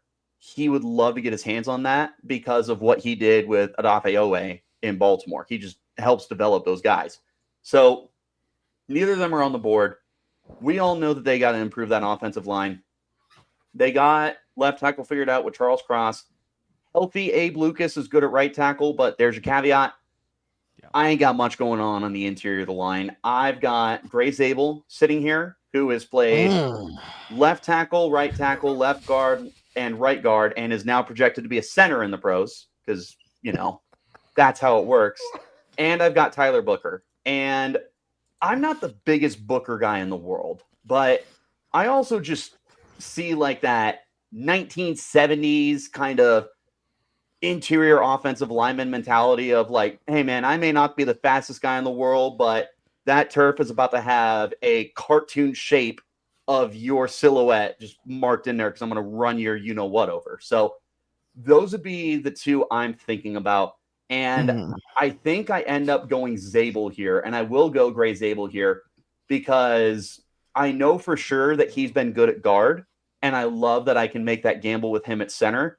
But again, just knowing that he's played pretty much every spot on the offensive line, I feel confident knowing that I'm going to have some place to find him. And if he is supposed to be as good a center at the next level as what a lot of people think he's going to be, then I'm happy. The Seattle Seahawks were at their best when they had Max Unger as their center. What a name. Right? That's one of those you're sitting around with all the boys and just hanging out, naming players, and you go, Max Unger. And like, Max Unger. That's one of those. He went in that Jimmy Graham trade. Give me Zabel. Give me Zabel. All right, there you go. Nice. Jake's the only one that caught my reaction. That was something. That was something. It wasn't even on purpose the first time. Yeah, it wasn't even on purpose the first time. It was just I was guessing it was. It was just kind of like you were just kind of pondering it. Oh my goodness. Anyway, speaking of Jake, you were on the board with the Buccaneers. Yeah, I didn't expect Jahdae Barron to be here, but this is Jihad Campbell every day of the week, no question. Yep. Hopefully he's not Devin White though, because that's what we thought with Devin White. Here's the Jihad Campbell. This is more of this is a predictive thing. Could be worse. It could be Devin Bush. I got to reserve my opinions for Campbell for maybe another time, but like I think the linebacker position is extremely difficult to play. Let's start with that. There's so much going on. You have to be the quarterback of the defense. You have to get everybody aligned with all the under center play action. How much do you commit to the run? How much do you have to get back in coverage? There's so many responsibilities. It's difficult. And again, you just kind of see teams go, yep, we like that big fast guy. Let's go with that. And I think and to Tampa Bay's credit, right, they're going to get him to blitz, right? They're going to get him hunting quarterbacks as much as they are going to have him in coverage, right? Todd Bowles is going to do that. So I think that's why it fits nicely while he continues to work on, all of the kind of diagnosing stuff against the run, right? What gap to be in, all that stuff, not to be a step late, which I do feel like he is very often against the run. But when you have him, either working in space, scraping around the edge or just hunting QBs, he's going to do that from day one. And I think that's why this fit makes a ton of sense. Well, and he was a 5-star edge rusher coming out of high school. So he already has that tenacity to him. Mm-hmm. Like that mindset is already there. Mm-hmm. So I love that about him. And he's only like, I don't know, 5-6 pounds lighter than Reddick, I think, who they brought in. So they did bring in Reddick. They did. Forgot about that. So they got a lot going on there. But I think Campbell, obviously, as you said, Richie, he'll probably get some looks, outside the tackle, maybe just kind of have him run the corner. But you are going to get him, plenty of reps at linebacker as well. That's his future. So, yeah. But at least while Levante is here for one more year, why not just see the maximum amount of objectives that he can do? Yeah. Test the waters. Sure. Levante retires. Here's the role we have for you. Yep, definitely. I think this is a match made in heaven. Like, this is one of the ones I've just had the same pretty much consistently throughout doing mocks here. Is this fit? So, like this one. I'm 20 with the Broncos. I was fully prepared. Hey, Travion Henderson's going to be the pick here for me. However, did not expect that this player would drop there to this spot. And Evan Ingram be damned. We're going Colston Loveland at pick 20 to the Denver Broncos. I can't watch the slide take place anymore. Even if this is not the direction that we would end up going in real life, I can't watch the slide take place any longer. Yeah. Dang it.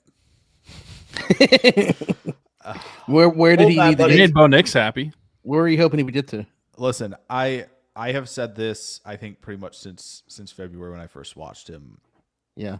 First round receiver nonsense. Get that out of here. Take the way better player than all of those dang receivers who can just absolutely change your offense.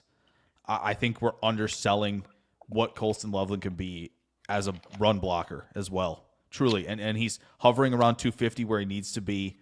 He was battling out there as a run blocker with the shoulder injury. And, man, dude can run routes on the outside. He doesn't even have to be just a big slot, right, roaming the middle of the field. Like, he can run routes on the perimeter. He is exactly the formation adjuster that Sean Payton was talking about, when he did that interview. This is the guy. I'm getting hyperbolic. He might be a top 5 player in this class to me, honestly. I think I have him at 7 or 8. So truly, I can't get enough. I am super excited to see what he can do. I truly think we're looking at another Laporta plus potential situation here where you see the receiving qualities, and Laporta has taken step up as a blocker to be able to make that formation pretty much disguised. And they can do a lot with Laporta in Detroit because of where he can align. I think Loveland can be the same thing. And to the first round tight end argument, yes, if you're only a good tight end because you're a good receiver, that's a problem. For these two guys we've taken in the first round, they are different. They are your Laportas, right? They are your Tucker Crafts. They are the guys that can do both, right? They're not the Kincaids. They're not the O.J. Howards, right? I don't think either of them are Brock Bowers because he moves different than everybody else in the position who's ever played it. But I have no fault for anyone. Even again, Jacksonville at 5, we had that conversation of like either of these tight ends, I have no problem. You want to get aggressive, you want to pick them in the top 10, do it. It's the draft to do it. They're that talented. Do you buy into the Mason Taylor tight end 2 conversations that are going around? No. I mean, no. Also, I've made this joke before, but have you watched him like jump? It's very weird. Who? Mason Taylor. It's just a weird. I feel like he can't jump very high, and the fact that he passed on doing the vertical is hilarious. By the way, that's Richie. That's why he passed on doing the vertical. He didn't do it. You're gonna ask, man. He didn't do it. Tell you. I thought Richie was going to ask if we buy into him being in the back end of the first round, but absolutely not as tight end too. Like I don't even shout out our guy Ben Albright, who is all over that right now. So, Right. Oh yeah, I'm sure the rumor about Mason Taylor going higher than we think is accurate. He's not going to finish tight end 3 for me, even personally. Arroyo? Nope. Gunnar Helm? Nope. I like Helm for Ferguson? what it's worth. Yep. Okay. I think he can be the third guy of the bunch that can also do both. I just knew it wasn't. I think he's I just getting knew better. It wasn't Fannin. I knew. Yeah, didn't he's have got Fannin. that just like, are you just good because you're a receiver vibe? Which maybe he could be use check. That's a possibility.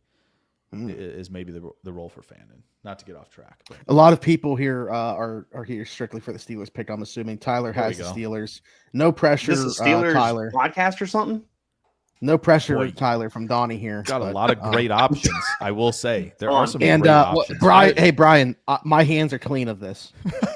I tried to make that trade with the Bears and got fired. He tried to call. Yeah. I tried to make that, and I got fired. So Yeah. my hands are completely clean of the situation. This is all Tyler with this pick. Smitty is no longer in the war room, unfortunately.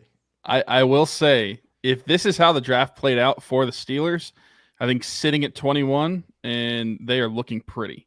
I think that there are several guys that they could can't help draft but in notice your multiple name, though. positions. On here. Oh yeah, I know. A Steelers should trade back ultimately. Like I think that is the best case scenario. But in the likelihood that does not happen, which we've gone over on our Around the 412 Steelers show, that the Steelers just do not trade back. So every year when we talk about them wanting to trade them back, it's just not going to happen. They're going to stay at 21. Okay, go ahead. I'm just saying, if I don't have this team. If I was the Giants, I might be trying to trade back into the first here. I was actually also it was put out today. Honestly, I might get on the phone as Green Bay. Oh, okay. Well, I'm just looking at but the I do get what you mean. I was looking. I had to remember I was the Giants, but like because I was also thinking about Cleveland and the Giants. Yeah. Listen, hey, predictively, this happens. I think there's another team. That ain't what the Steelers are doing. I think there's another team that makes. I mean, probably too much sense even to trade out of the first with one of those guys, just because they have very few selections. So this is completely up to Tyler with what he wants to do, but I'm just saying the Steelers ain't trading back if this is the way the board looks. Yeah, they're not trading back. Nice. I think there's multiple players that they could go with. Like everybody mentioning Derek Harmon. He's the only one of those defensive tackles they brought in for a top 30 visit. He checks all the traditional boxes for the Pittsburgh Steelers, which under the Omar Khan regime they have had to check all of the boxes of pro day, combine, and top 30 visit to be taken in the first round. No, that's 2 years, small sample size, but I would expect that trend would stay the same.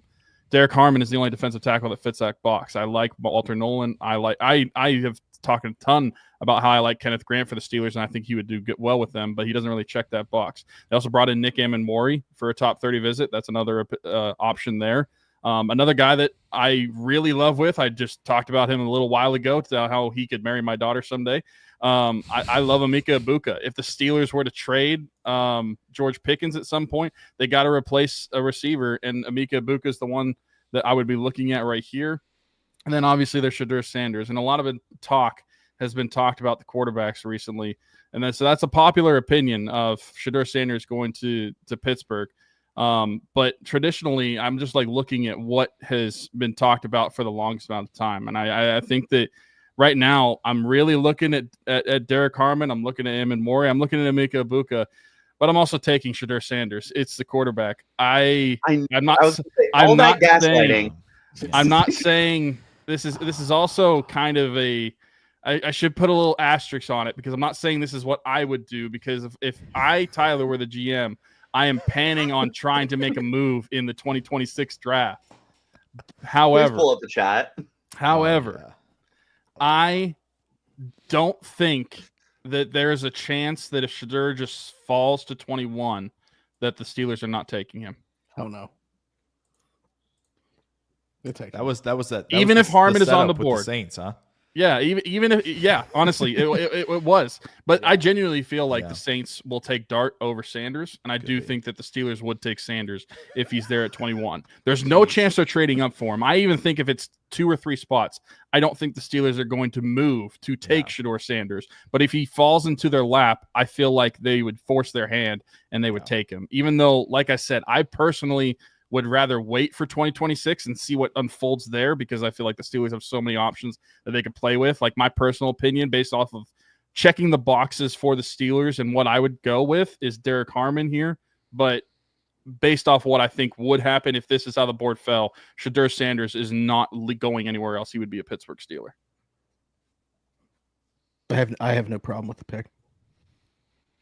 I don't have an issue with the pick itself. I'm just saying, if I had a preference, like, I would rather roll the dice and see what happens next year. Mm-hmm. Yeah. Do we want to have a Shedeur Sanders conversation? I mentioned Richie and I were talking a little bit before you guys joined, and I was laying there in bed last night trying to fully wrap my head around this, because it's seeming like it's more and more of a realistic possibility. And the thought that popped in my head is not a thought that should pop into your head before the rookie contract has even begun. But I think he'll return value for a 21st overall selection and on a rookie contract. Yeah. The question for me is going to be, when it comes time to pay the piper on that second contract, I don't know that he's going to be he's that elevator of talent that you would pay he's probably going to make because of the QB pay scale. So that's where my question comes. But if we're even having that conversation, things probably went well on that first contract, enough to the point where it's even a conversation. So also he is, like what we mentioned earlier in the show with Travis Hunter and Ashton Genty. He's someone that's going to sell tickets. He's someone that is going to sell jerseys. Whether despite the play on the field, I know that's silly to talk about with the Steelers. They have the culture already. But he's a polarizing player, and he's going to be a popular one, at least at first. If he sucks, then that will change. But my only concern with this, and again, you can't operate in fear and not wanting to take shots at the position, but if you do draft him, and then next year's draft class does end up being significantly better, you're I would think they're probably not going to move on after one season. So then you're not taking the dart throw in 20. No. Pun intended there. You're not making that dart throw in 2026, and all of a sudden, we just keep kicking the can down the road. When do we take that next shot and move off them? But if it was the dart throw, it wouldn't make it anyway. So yeah, nice. It'd be in the air for about 30 seconds. Does anyone feel like they have a comp that they like for Sanders at this point? No. To be honest, I'm not a huge comp guy anyway, but because I just feel like a lot. Yeah, just a vibe. If you felt like anything popped into your head while watching him, I'm the same way with comps, so I get it for sure. Sorry, PFF puts together some decent ones every once in a while. They called him Teddy Bridgewater, and I don't know that I hate that. I kind of think that. I think he's a riskier Teddy Bridgewater, because he's going to push the ball. Teddy was really I'm going to take care of the ball, but I think the way they play the position, kind of the limitations with the overall athleticism and stuff like that, I really like that comparison. But I do think he's far more risky than Teddy was. Teddy wasn't turning the ball over. Shedeur said, "Screw it, Travis Hunter's down there somewhere." Which, that's and not he the could. Worst. That's not the worst. That's not the worst decision to make, honestly. Yeah, as long as George Pickens is staying in town, they certainly have the receiver duo to. George Pickens for Travis Hunter, straight up.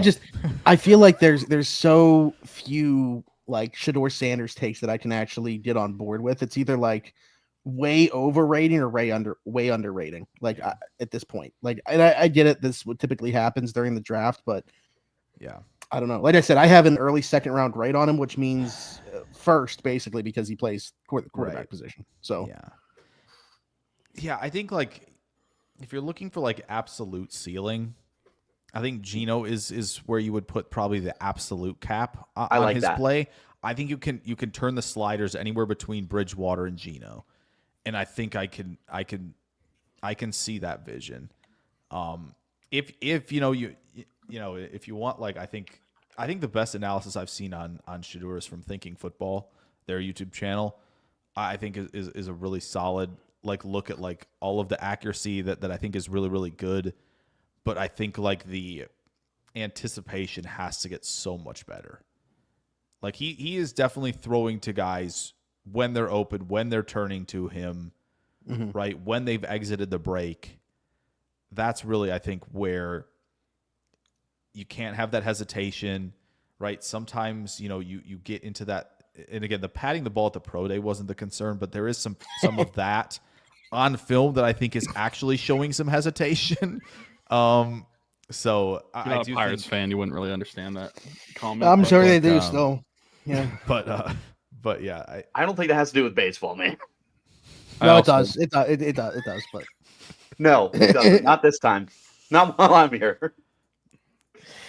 I'm just getting roasted, right? Well, You deserve it, apparently, according to Steelers. apparently you deserve it by saying the Steelers would do this. anyways, Are subscribe, you and picking hit that Harmon, notification Tyler? bell. Are you picking Harmon if you If have the it's- choice? I would. Or is pick there someone Harmon. else? You would. Okay. I would pick Harmon, but I also think that there's a good possibility that Shadur's not going to be at 21. I feel like Yeah, the I fall of think that's Shador possible. is a little bit overstated right now. I would be stunned if a quarterback wasn't on the board, if Jade wasn't the pick. Because I feel like you could play him outside across from Porter, or you can move him inside. There's the safety experience, but he's They an got outside Darius guy to Slay me. for a year, so I think he'd play in the slot year one and then take over for Slay. I do after forget 1 year. that Slay is there, but I think there's a reason I forget that Slay is there.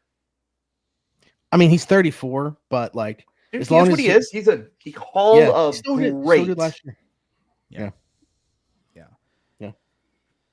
Ready All for the right, Chargers anyways. pick? Yeah, I think so. Hopefully I the think so. comments. Although is this where we see viewership? There's 699 people in here right now. I So- don't know 691 people.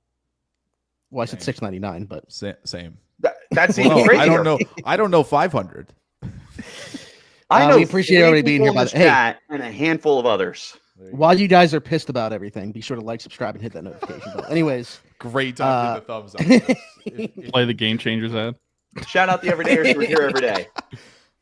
oh, hey, Game Changers has a bunch of Shador Sanders designs, so we can push those if he ends up being the pick. There you go. But anyways, the Chargers here at pick 22. Things are off the rails now. But Richie, you did the draft for another Harbaugh. Yeah, I guess so. Oh. Didn't think about that. So, remember when I said Mason Taylor earlier? It's not him. Okay. Well, You just what wanted to I'll remind us say you said Mason is- Taylor. Yeah, I got you. I I'm with think you. that a tight end will be their absolute number one priority for round one. But Loveland's off the board. They won't sniff Warren. And I honestly don't think they're a trade-up team. So Yeah. if the rumor is true that teams are higher on Mason Taylor than we perceivably are, maybe he's the second or third tight end off the board and one of Loveland or Taylor gets to be this pick. Just throwing that out there. It's not what I'm doing. I'm about to throw up even hearing those names mentioned together. Like, I agree. and it's more. I think it's both. Like, I'm not there with a first round pick on Taylor, but also like that high on Loveland, right? Like, it's both ends of the spectrum there, where it's just wild to me. But I Like, there's respect. Obviously, it's being brought up. I think. Yeah. Because that There's is a reason. That's something it's going on, right? And so Yeah. I'm glad that Richie's bringing it up because we can look back on this in 4 or 5 days and be like, "Yep, the good thing we brought that up," right? And we see the shock on all our faces when I'm not doing it, but I can do I just think say- that's something to note. Yeah. There's not a bunch of pre-draft information out there with them. They have maybe like 3 guys that are probably first rounders that were on like reported interest, and they're all gone. Like, so I have no clue Michigan. who to even recommend here for the Chargers. Although Mason Taylor, There is a Michigan guy left, I think, right? Yeah. There is one left. Yeah. There is. is It might be. Richie Actually, I think considering that there's Michigan guy? probably So- more than one left, right? Josiah Stewart, both the running backs, It Those is the guys are Michigan still guy. there. So it is Kenneth Grant here. I feel like at some point you take so many swings at the bat, you have to make contact eventually. How many interior watching the defense Pirates, as a Pirates fan, yeah. Oh man. You don't have We can't to. replace Andrew McCutchen, but we can replace him in the aggregate. Oh, man. Eventually, you would the think they Rams get it did it. right. And I think that Kenneth Grant is probably the best swing at the bat that they've had since Corey Leggett, which was almost 15 years ago. Yeah, So these name pulls that you're dropping there. Right, I'm saying. So I like him a lot. And for a dude who's 330 some odd pounds, he gets to the quarterback really well. So the fact that I don't have to play him over center, and I can put him at a 3 if I want to, and know I'm still going to get that penetration for sack production is phenomenal. But then knowing that if I did have a true 3 and I could move him to 0 and have him over the tackle, that he's going to eat up double teams. He's going to stuff the run, which he is elite at, and he can still sack the quarterback. He has 8 sacks in the last 2 seasons. And maybe I'm crazy. I feel like there's been times he looked better than Mason Graham. Not consistently, but I do think there's been times where Kenneth Grant looked better. I can tell you there's at least one team that definitely has Kenneth Grant higher than Mason Graham on their board. Has Jerry been tweeting? Dude, you going to snitch or what? No. Just tease us like Jerry's been tweeting, I think. I feel very comfortable saying that the Pittsburgh Steelers have Kenneth Grant higher than Mason Graham. Okay. I imagine there will be teams that have Nolan higher, just because of like that. And I can tell you the Steelers aren't one of them. Well, there you go. Well, I mean, They it's not going were to be everybody. It's not going to be everybody. They were very pissed about him not doing anything. Like very weird pre-draft process for him. It is. It is. Why not? Why aren't you testing? I don't know. Very strange. Yeah. So you guys are really pissing off Donnie right now. Well, what? What's he whatting? Hey, he took a Michigan guy, Donnie. What are we doing? I think. Oh, you're talking about my. Oh, what I said over Graham. Yeah, I think. That's hey, both Michigan guys. How do you I'm just decide? going to point out that Donnie hates me for having the same Mhm. take as Smitty, but because I said it, he only hates me. Wait, what was the take? What was the know take? your place? That Shadur Sanders would be taken if that was you the fired board. him. Oh yeah, I didn't have to. I pressed the button, but it was your selection. So Yeah, Yeah. that's what I mean. Well, Tyler, you fired him. You gotta for watch making that call phone, to man. Chicago. That's true. So- That is true. yeah, you could have sent me out to the podium to be the one to Yeah. announce it. You could have. That's why you got to fire him the day after, but you make him go to the podium. I like the guy that just said goodbye. Yeah. Love you. Big, And he was on Twitter, so like you can't even subscribe, and hit that notification bell. yeah. That's I don't tough. even know. We would. Dang. Yeah. Need that. No, but you can on YouTube. And also, You can. just wanted to point out, there's one person watching on Twitch. Whoever you are, you're a legend. Because we have not paid attention to Twitch So in like true. 5 years. That's It probably still shows up for people's notifications that said feels bad Wait. or feels Goodman or something like that. could be. Anyway, I forgot All right, you can stream on Twitch and not play video games. yeah, that's a thing. Yes. One of the big picks of the night now, Jake Schyvinck on the board for the Green Bay Packers. Yeah. I don't know. I don't know I don't know what the Packers are. This is giving me some good intel as we get towards draft night because I haven't really paid sure. much attention to the Packers prior to this conversation. Yeah, they've obviously had the perceived top three receivers in for a visit. They've very clearly talked about, and Goody talked about this at the combine about you got to create more pressure. Do I think Mykal Williams and Shamar Stewart are on their board in the first round? Yes, I do. I think both are very much players that they would select if they have that potential to do so. Now, I know what the pick is going to be here for me. I'm going to bring up a few more options really quick. I think Josh Simmons is in play for them. You got 2 tackle extensions coming up, Zach Tom, Rasheed Walker. Yeah. If you're not going to make both happen, you can stash Simmons, and he doesn't have to. You can ease him back in off that injury, and he can be the left tackle in 2026. Very much a them type of move. Oh, he's not going to play potentially right now. Maybe he's playing right guard. Like that might be where he plays if he plays as a rookie. And you're just kind of sunk costing the Jordan Morgan pick. But I do think that's a possibility, truly. And it's that. And again, the Jordan Morgan thing, it just could be, well, we whiffed. Sorry. It's tough. Which we hate that. But there's more and more about Maxwell Harrison being the pick here.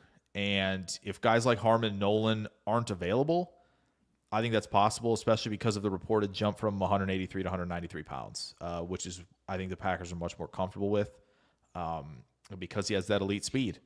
Eric Stokes had that elite speed. Not saying it's the correct thing to do, but, they could do that. But the pick is going to be Derek Harmon here for me. It has to be.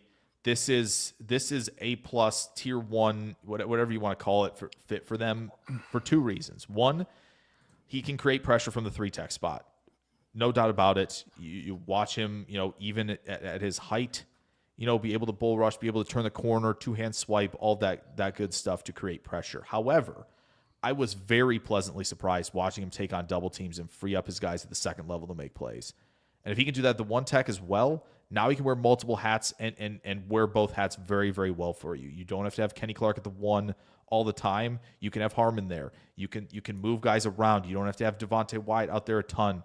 Like, it feels like if Harmon's available, and truly I don't think he's going to be, which is really unfortunate. Yeah, right. So you're not buying into that medical talk? I don't think so. Yeah, what is it, his neck or something? It feels like a very weird thing to bring up this late. I had never heard it. Exactly. That's honestly, why it's a very weird thing. I feel like they would have flagged it earlier. Like the combine, you feel like they would have flagged something on that. So it does feel like kind of like a, hey, how can I help him get down the board a little bit further? Yeah, because again, I think San Francisco, I mentioned it kind of when I moved up for Graham, like I think he's in play for them. I think he's in play for Arizona, right? He probably. I can tell you Cardinal fans love him. That's one of their guys. It's him and Will Johnson. That's who Cardinal fans want. Yeah, I totally understand that. So, yeah, I think that's where you're kind of looking for. I know Barron's on the board. His arms are too short, and he's a slot guy, and I think Green Bay wants a perimeter player. So, like, again, Trey Amos could be somebody in there. If they take Ibuka, awesome. Super, super cool. But I just feel like they're probably going to prioritize defensive line or corner at this spot. I like it. Like you, though, it's hard to, without him, assuming he's not going to be there. Yeah. I mean, Smitty, I made a video today about who the pick's going to be at 23. There were 20 names on there because I just have we have no clue how this is going to go. Truly. Yeah. Where can we find that video? On my YouTube channel, of course. We can hit like, subscribe, hit that notification bell. What is that YouTube channel? Jake Schyvinck. If I were to look it up. Jake Schyvinck NFL. It's very hard to spell. It probably needs a new name so people can find it easier, I'll have the link in the Jake description for the people. That's watching an option. That's an option. Jake knows ball. That would have been. Yeah. You got to trademark it because I already did. Sorry, dude. You can buy it. Yeah, I wouldn't. I don't know. I wouldn't like that. I don't think that name personally. Good, because I just didn't trademark it. But Okay, so I'm up with the Vikings at 24, and I'm having a tough time with this one, to be honest with you. Looking at their pre-draft interest with what's on the board right now. You took Derek Harmon. I think that would have been interesting. Yeah. I have the card filled out if I'm the Vikings. Okay, who would it be? I'll just ask you because I don't think it's. Yeah, that's what I'm thinking. Yeah. Same position. The only name that is left that could make some sense is Siobhan Rebel. I'm an Amos guy. I do like Rebel. I'm a Trey Amos guy. Yeah, I think Amos is going. I'm just going to stick. Here. Yeah, I know that we got to get him in the first. I'm sure somebody would take him afterwards, even if I didn't. Yeah. But this to me is crazy that he's still here. So just going value. I'm going Barron. That's the thing. Yeah, if he's not, does Emin Wari come into play here? Yep. I think. Do you think Emin Wari's the first safety off the board? I don't agree with it, but I think it's very possible that he is. I mean, it's Seattle. How do you play him? Yeah.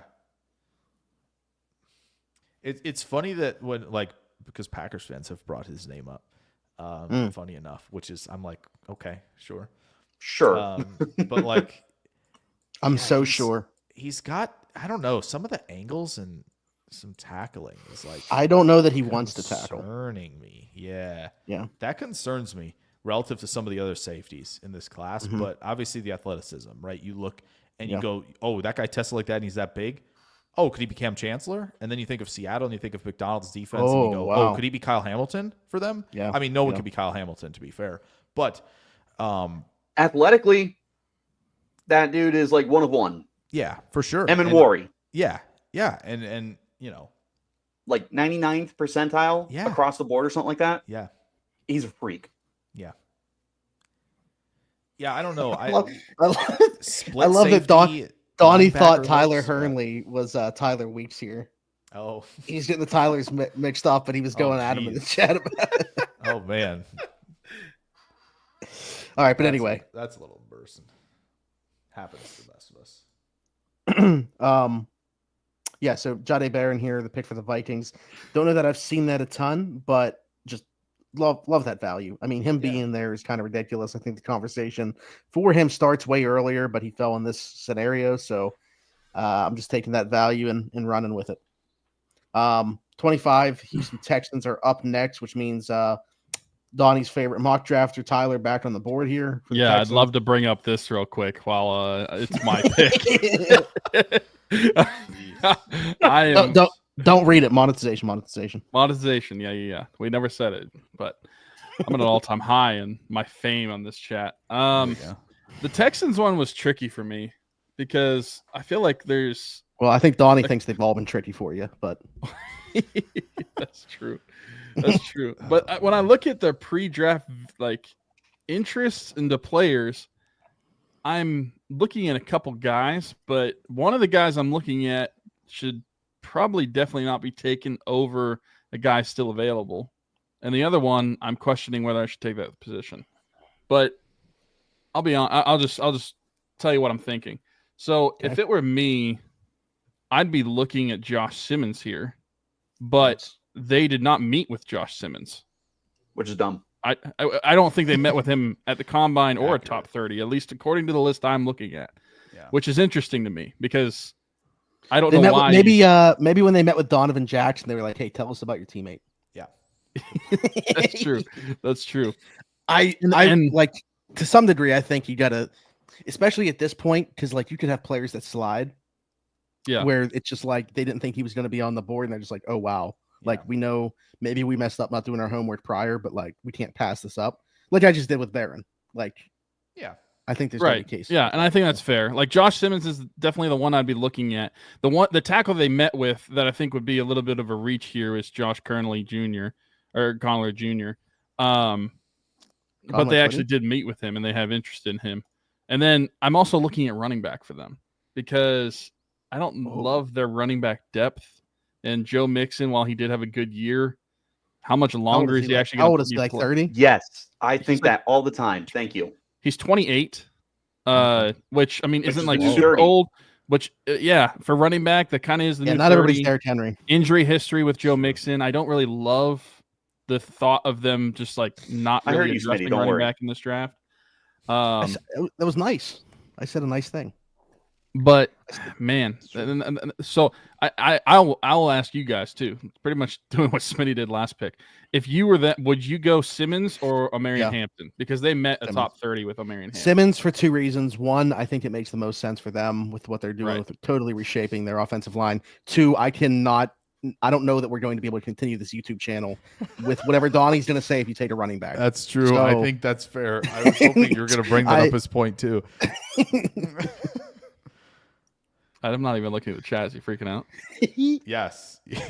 I mean, I would consider this tame for what could potentially happen. Yeah. Depending on if you take Hampton over Simmons. I know this running back Simmons, class is deep. Save our channel. I think Donnie may be the biggest Tyler hater I've ever seen in my life. And I'm so here for the energy. It's crazy. Yeah. That's fine. We need to count comments after this because I bet 30% of them are Donnie. Yeah. So they met with Donovan Jackson, right? Yes. They did. Yeah. That's what I said. They were just asking questions about Simmons. That feels like something if Simmons weren't here. Yeah. That they could go down that road because you could try him out there first. You could certainly try him out there. Because I think once he kind of got the sea legs out there after Carter kind of destroyed him, he was really good. I think with us too, like we sometimes get trapped in this box because we think everybody operates the way that the Steelers do, which like isn't always the case. Like these teams know players exist. It's not like they're completely not in the know if they don't bring in a player for like a pre-draft visit or something like that. So Yeah. I'm sure they've done their homework on him in the scenario. I am absolutely just getting flamed. It's I gotta mean, be it's an probably ex-girlfriend or something, man. Just like with a fake username. I'm just gonna take Josh Simmons to appease Donnie. There we go. There we go. I am not. Listen, that's the pick I would have made, but Yeah, you mentioned it before. Yeah. realistically, is Josh Simmons going to be there? Maybe not, but they did with Omari and Hampton. They also did meet with a lot of second round, like day 2 running back guys that could potentially be there for them. Like they met with Caleb Johnson, they met with Quinshon Judkins. So I mean, they'll have options, but man, I am absolutely getting destroyed. Yeah. You All could right, draft Ben Roethlisberger. He might call you a swear word. Oh, it's the Rams are on the board here. All I'll say, Rams don't have a second round pick. Les Snead loves to move around the board. Is there a trade scenario at all? Jake's the one that has the Rams on the board here, by the way. But I do have them. I mean, man, if Devontae wasn't there, this would be so easy. Just have your next Robert Woods plus. But they have Devontae, so I'm not going to do that. Yeah, this is tougher because I think the Rams, and they don't do like in terms of their pre-draft, they don't do this. Like they don't. No. They are very close to the vest and. Like again, I think with Adams and Puka, you're pushing the envelope. Puka's going to be your guy that's kind of more of the, I'm aligning to the big slot. I'm doing all the insert blocks, right? And I think Puka could do that. I think they also I think they also believe in Jordan Whittington to actually do some of that. Believe it or not, I know that may sound crazy to some. But the scenes when they draft Kanata Mumpfield on day 3. Exactly. You just made that name up. Exactly. Hey, exactly. It's a Madden generated name, dude. Watch me. Well, he went to Pitt. So he did go to Pitt though. Yeah. I don't know anything about him. No disrespect at all. I'm just having fun. He's gonna be in a Hall of Famer. He's gonna pull this clip up because for some reason he was watching.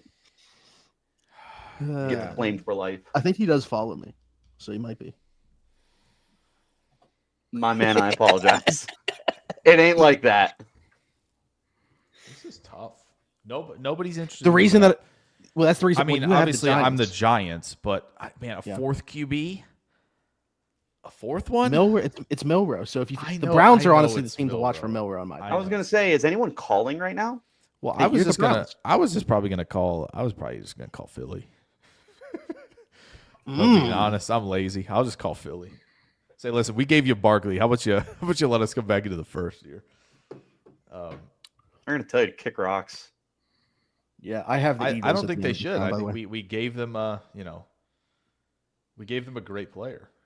They won a Super Bowl. If the Rams stick here, I'm thinking about. I'd look at a safety if I'm the Rams. I get my Emmett pick Morey of the litter was where I was them. thinking here, and I don't like him better than Starks, but I think. Yeah, I think it's a secondary guy. Gosh, if they didn't, they need a corner too. Because that front seven's disgusting. You talk about any pick from the front seven or putting a hat on a hat. You talk about recreating the, recreating Aaron Donald in the aggregate. Walter Nolan's still sitting here, and I know they have Fisk, and I know they have Kobe Turner, man. But holy smokes! Yeah, but that feels. Knowing you could rotate Nolan and. We just said him, not Fisk. Kobe Turner. Thank you, Turner. Yeah. In between that 3-1 spot would be a ton of fun. And the Moneyball strategy of replacing him in the aggregate, that's literally it. That defensive line. It is. That's disgusting. My question is, are they going to be one of those teams that are kind of turned off by the Nolan stuff? That's the only thing What is the Nolan stuff? Explain it to me like I'm 5, because I don't get it. I don't know. I mean, again, I think not like it's very weird. As Smitty said earlier, it's a very weird draft process from him. Like not testing, like when we know you're like that good Freak. with the movement skills. Like I just very weird. And like I don't know. There's some talk about like the issues at Texas A&M that he had before he transferred. Who knows what those are?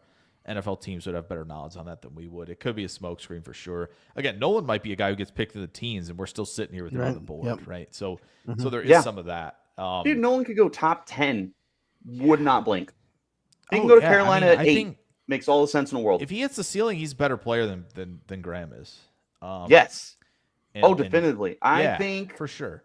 With the amount of talent that, what a surprise, the former number 2/number 1 recruit out of high school has upside through the roof to be one of, if not the best players from this draft class. He's otherworldly for sure. And he goes from a Texas A&M coaching staff that can't coach to an Ole Miss coaching staff that knows what they're doing.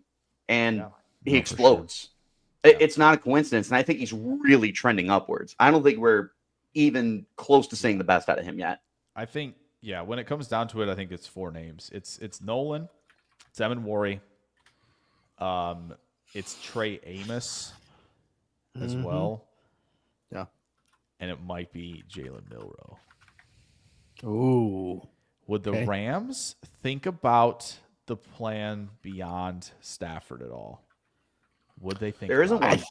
I think they would I know that they don't even really do meetings, and they met with Milroe, but like Jackson Dart to me is that guy. Yeah, like I think that makes sense. But again, I think maybe you could say like, oh, all of these guys I'd consider sitting. Maybe not Ward, because again, you've kind of put a pretty decent infrastructure around him. Maybe Dan Moore, contract aside, playing left tackle, but like Skoronski and Latham are there, and so they've great contract, by the way. Some decent stuff. Hey, good for him, man. Good for him getting the bag. Hey, good for the Steelers comp formula as well. Let's go Nolan. Let's go Nolan for fun here. Let's wow. really all right. Let's really get after hat on the hat, again. Baby. Like this is you talk That's about like wanting sacks from the defense, the front 7. They're inches away from beating Philly last year. Maybe this puts them over the top. Truly, you've got Devontae, right? Like, why not? They could seriously make this push if they go like this direction. And again, if you want receiver, if you're thinking about that because Adams is older, Kyle Williams, Jalen Noel, right? Mm-hmm. Tesla even later, because he blocks his butt off if you want to move guys around the formation. Like there are options for LA. Kind of don't get 3 techs like this falling to you at 26 very often. No. Love it. All right. Moving along, because it's 11:17 p.m. on the East Coast. We are at pick 27 here. I feel like this is fast for us. It's time for the Baltimore Ravens to make a selection. Richie, you are on the clock. Man, if I'm the Ravens, do I love the board for me right now. Malachi Starks. My pick of a safety. Starks and a Hamilton, man. Yep, you my pick of a safety. Fever dreams. If I wanted to get a running back to pair up with Henry for the future, I have Hampton, I have Henderson available. There are several edge rushers here. Ezra Raku, James Pierce. I would probably go Ollie Gordon. I mean, this is the same type of stuff that happens every year.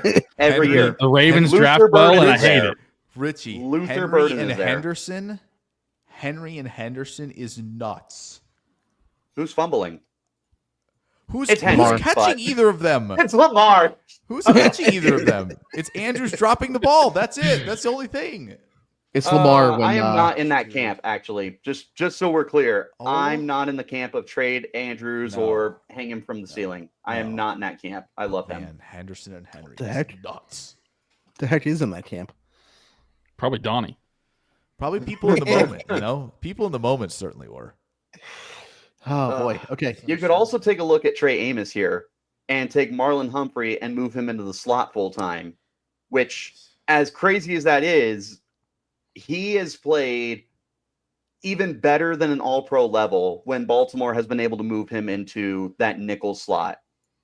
It's insane how he can be such a great boundary corner, move inside, and he's arguably the best in the league.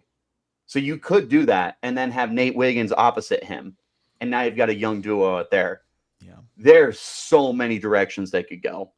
And I truly think that Baltimore would be really hard pressed to pass on Malachi Starks right here. And I think you've got to make that move.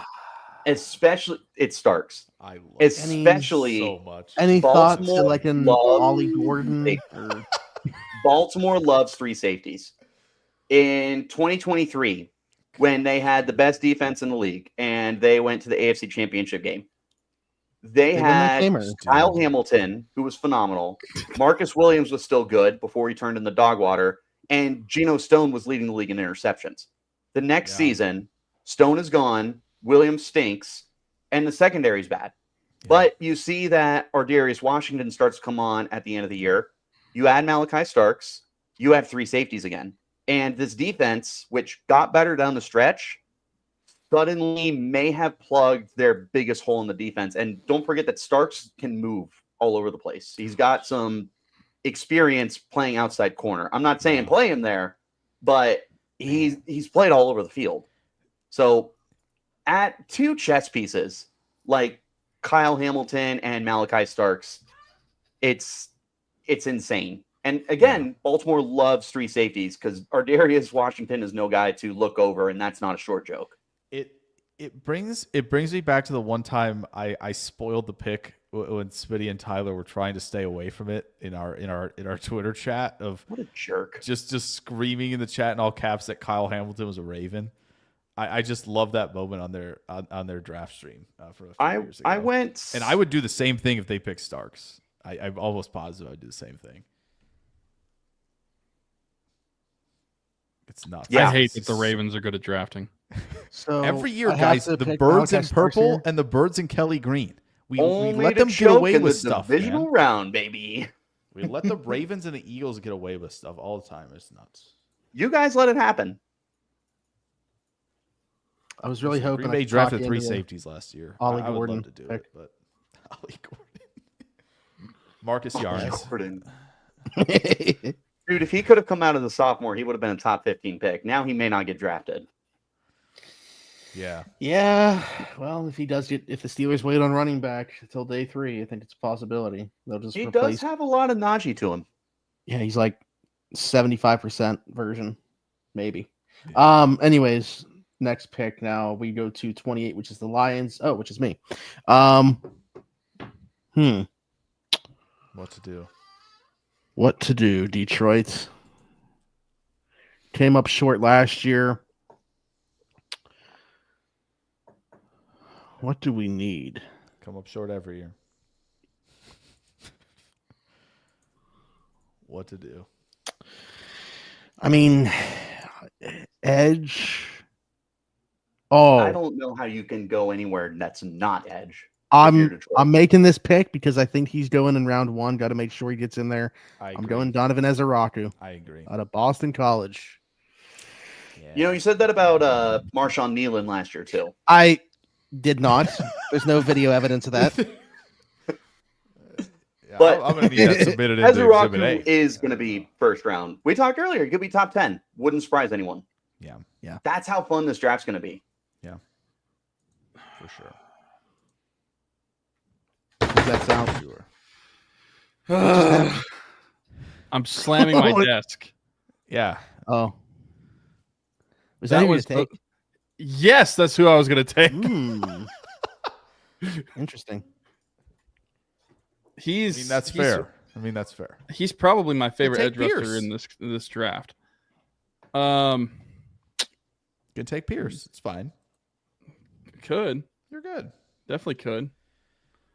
Build an all Ohio State receiving room once Debo's out of there after 1 year. Let me see real quick. I just want to see something. Okay. Nice.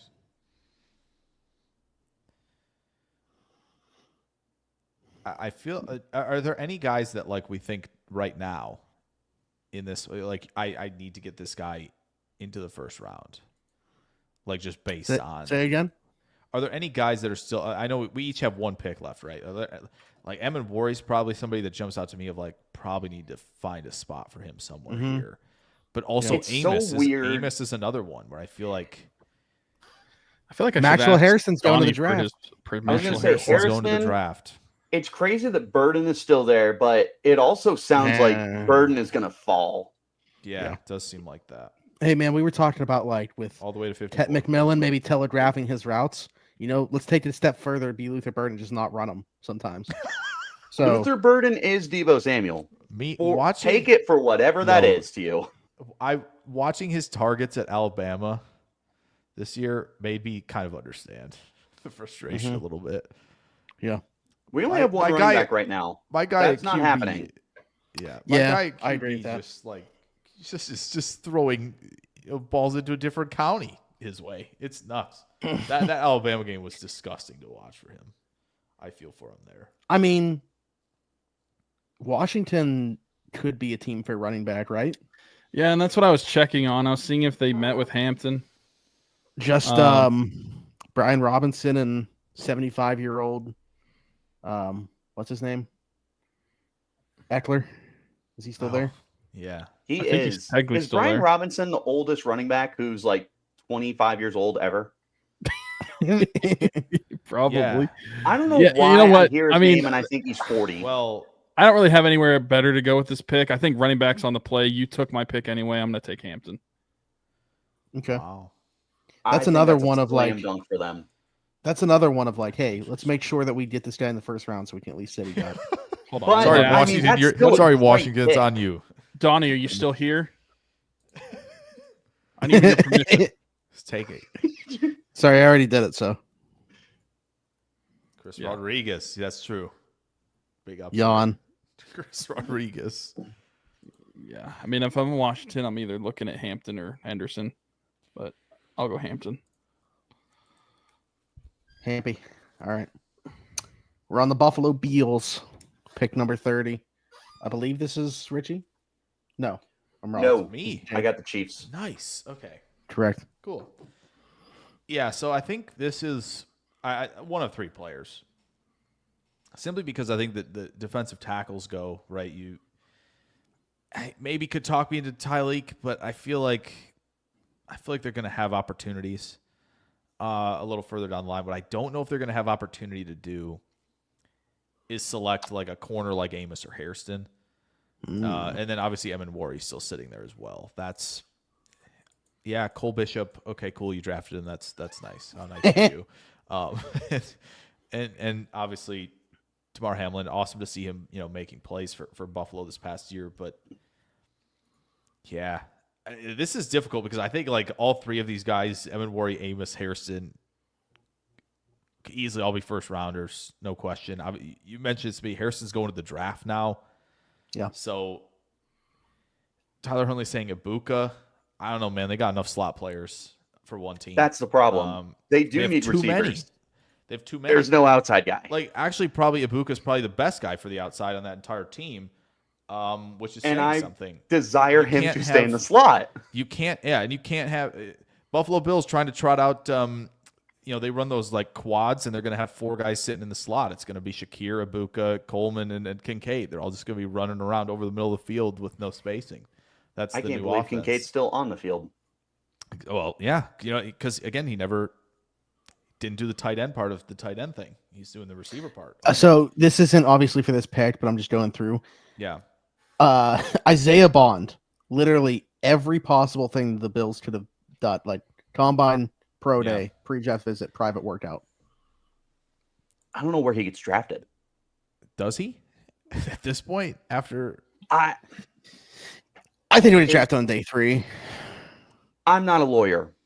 And thankfully, I'm not someone running a front office because I would have no idea what to do with that. Yeah, no, that's true. Yes, Smitty, really. I went to Arizona State. I'm not a lawyer, man. Yeah, I'm not going to go Ibuka. My diploma doesn't have my name spelled right.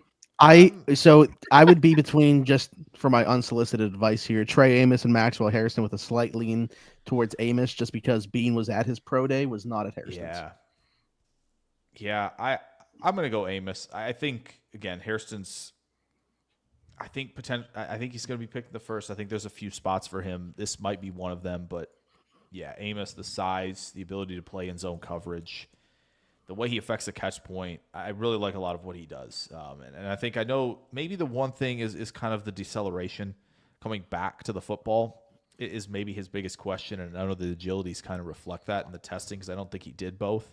I think he did the shuttle and it was pretty poor, and I probably decided against the 3-cone, but love what I see at corner from Amos. And I think if you're a Buffalo fan, you can, go down the line of like, hey, Makuba, Kevin Winston, you want to get a safety in there. You want to go get Alfred Collins, right? Someone like that in the second round. You have 2 second-round picks for Buffalo, which is nice for them. They'll be able to do that. You want to go get Trey Harris. You probably go do that. Like they're going to have options at a lot of those positions. And I feel like corner is one for me, kind of dries up a little quicker than you'd like it to. Yeah, it does. Yep. Because you got Darian Porter, right? Morrison's got the injuries. And then you got a lot of guys who I think could play the slot. And then Kobe Bryant's a dog, but he's 180. Yeah. And like, how many teams is he going to fit? Like, there's all that. So I might like Kansas' other corner more, anyways. Yeah, Melo's nice. Melo's nice with it too. Melo Dotson. Yeah. Yeah, if you don't get a corner on day one, I feel like you're really just taking a gamble on someone. And this is why I think the Maxwell Harrison to Green Bay stuff has picked up. If he's planting my flag on Zy Alexander, by the way. That's LSU? Yeah. Yeah, okay. That's a good one too. Like that's why I think the Harrison stuff to Green Bay has picked up. If they're like, again, Hobbs they brought in, right, free agency, but Valentine, right? Nixon, like if Jaw's on the move and he's out, like, do you feel comfortable there? I don't think so. Do you feel comfortable with the depth of D line class? Yeah, kinda. And so, and especially if guys like Harmon are off the board, like I understand it.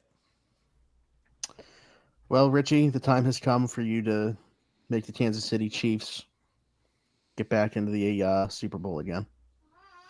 They don't even need me, man. They don't need a draft. They'll figure it out. All right. I think it's insane that you didn't learn your lesson the first time when Tampa kicked the know what out of you in the trenches, that you let it happen a second time. Like 2 of the worst Super Bowls ever that feature Patrick Mahomes. They just get cute with trenches on both sides of the football. So I can understand like, oh, Luther Burden, that'd be really interesting. Or getting a corner or any splash you might be interested in making. But I don't think they should be overlooking building up the trenches on either side of the ball. And I think it's interior more than anything. Okay. They lost Justin Reed, right? You did lose Justin Reed, which is very important to note. You also just traded the guard. Tooney. Yep. Tooney. And I see a left guard here on the board that is plug and play. And not someone I would expect to be here. Ollie Gordon. That's the one. Tyler Booker. Give me Tyler Booker. Okay. Yeah. Just give me a big old bully on the offensive line. Tyler Booker opposite Trey Smith is disgusting for guard play. Did Donovan Jackson cross your mind at all? Absolutely. And I'm actually of the opinion that Jackson is a tackle at the next level. I think as consistent as he was being played at guard, I feel like I was really out of nowhere that Simmons goes down. They move Jackson to left tackle out of necessity. And it's like, hey, he looks a lot cleaner in what he's trying to do. So I love the reps that he has at left guard and that he has shown the potential to play left tackle, which that could really intrigue the Chiefs, is knowing that their experiment with their left tackle right now, I can't remember who they brought in, might as well be Cam Robinson because he's been everywhere. Oh. That's gonna kill me, man. The guy Jalen Moore. Jalen Moore from Western Yes. Michigan, who went to the Yep. Niners. Yeah. They're gonna kick the tires on him. It's not gonna work. With no offense, they need an actual solution there, and that wouldn't be a bad idea, Jake. Honestly, and I mean, I'd be all in Well, we could on restart. Donovan Jackson. I already made the pick with Tyler Booker. If I had thought about it more, I'd be more 50-50. I don't regret it, You know what? Let's but I just would have restart thought about it Yeah, a we little could always more. restart, if you feel like. Restart the scratch. whole thing. Let's do it. it. No, man. yeah, I don't think you can do wrong with either one. I have the Just more Eagles of a here to wrap question. this up, and I would not be making this pick. I don't think. I think this is a prime spot for one of those teams that want to make sure they get the 5th-year option on a quarterback to come back in. Ring? I don't know whether it would be the. What's that sound? I think it Oh. might be. Howie Roseman, Philadelphia Eagles. Hi, this is Joe Shane with the New York Giants. You are so bad at your job. What's going on? Well, I figured we would throw you another bone. We gave you Barkley. How about we give you some picks as well as we go get our QB and get fired next year. Does that sound I was okay? going to say, I mean, Does that sound good? what? I don't know what you guys are doing. Russell Wilson, Jameis Winston, Tommy DeVito, QB room. Well, we figured we What's might add the Milrow point? to that if you let us move up here. Make it even more chaotic. All right. I mean, yeah. Hey, if you want to come get a quarterback for the next regime to have to develop. Yeah, I'm thinking that's what we do here. Yeah. Okay. What are we Be talking? I would definitely like Barkley back if that's possible. Don't know if you guys New want York to do first. that. All right. So you're coming up see just here. 2 spots from 34 to Yeah. 32. Yeah. You guys want Malik Neighbors too? You want to win another Super Bowl, something like that? No, we don't need to trade for him. He'll be here in a couple of years Okay, sure. Makes sense. once we move on from AJ Brown. There you go. Well, we could make that happen too. We can. Someone might be calling. We were waiting to see if New Abdul England? Is Carter New England fell a calling? little bit. And, Oh, yeah. yeah. Let's see if Yeah. but didn't Makes happen. sense. Makes sense. Yeah, for sure. For sure. We'll be able to part with 105 if that's something you're interested in. 105. I mean, yeah, we have just one pick in between us before we'd be picking. Can you do next year's first? For the simulator's sake, we might need to. But, let's try this one first. Actually. Oh, All right, it looks like you didn't even need the first. All right, we'll see you. All right. See ya. Enjoy Barkley. Idiots. No, he took it. Yeah. All right, so who's the quarterback coming up for Milrow? So we're gonna take Nick Emenwari here. Oh. What? Philly's sitting there like, dang it. Thought we Got had him. Thought we had him though. We got They had got. us. They had us in the first half. No, yeah, I guess we're gonna do this. Well, the 4 QBs in the first round is didn't really think. No. Let's take Donovan Jackson. I want Donovan Jackson. We're not taking the QB. Dude, you're We're gonna so get fired. mean. We're gonna get fired. Let's take Donovan Fired. Jackson. Wait, are you serious? Yeah, let's take Donovan Jackson. Let's get him into the first here. Well, there you go. Yeah, All right. we're just Full on commitment to the tank. Our only goal this year is to have Jameis Winston feed Malik Neighbors so he gets 2,000 yards. That's it. That's literally the only goal this year. I just want to say real quick, shout out to Kai for the $5. There you Love go. the show. Don't overthink the con. Hey, QB's job is to pass. Shador is the best in his class at it. Also, Wow. Donnie weighs more than Kenneth Grant. Yeah. on that note, Piss off, Donnie. Sheesh. bro, man. Real quick, we can kind of just run through this Yeah. real quick, give you guys a look at it. Couple trades within here, which I feel like we got to make happen at some point. Hopefully, we got a lot of the 32 first round picks, but we'll see how many team player fits we got right. Cam Ward to the Titans, Travis Hunter, Browns, Abdul Carter, Giants, Will Campbell to the Patriots at 4, Tet McMillan, Jags, Ashton Genty, Raiders, Armand Membu to the Jets at 7, Jalen Walker 8, Mason Graham 9 to the 49ers, Tyler Warren to the Bears at 10, Jackson Dart. Oh, by the way, slight trade back here. Mason Graham, Niners trade up for 2 spots. Jackson Dart to the Saints. Thank God. Matthew Golden stays in Texas, goes to the Cowboys. Will Johnson to the Dolphins. Mike Green to the Colts. Michael Williams to the Falcons. Kelvin Banks Jr. goes to the Cardinals, that was a polarizing pick.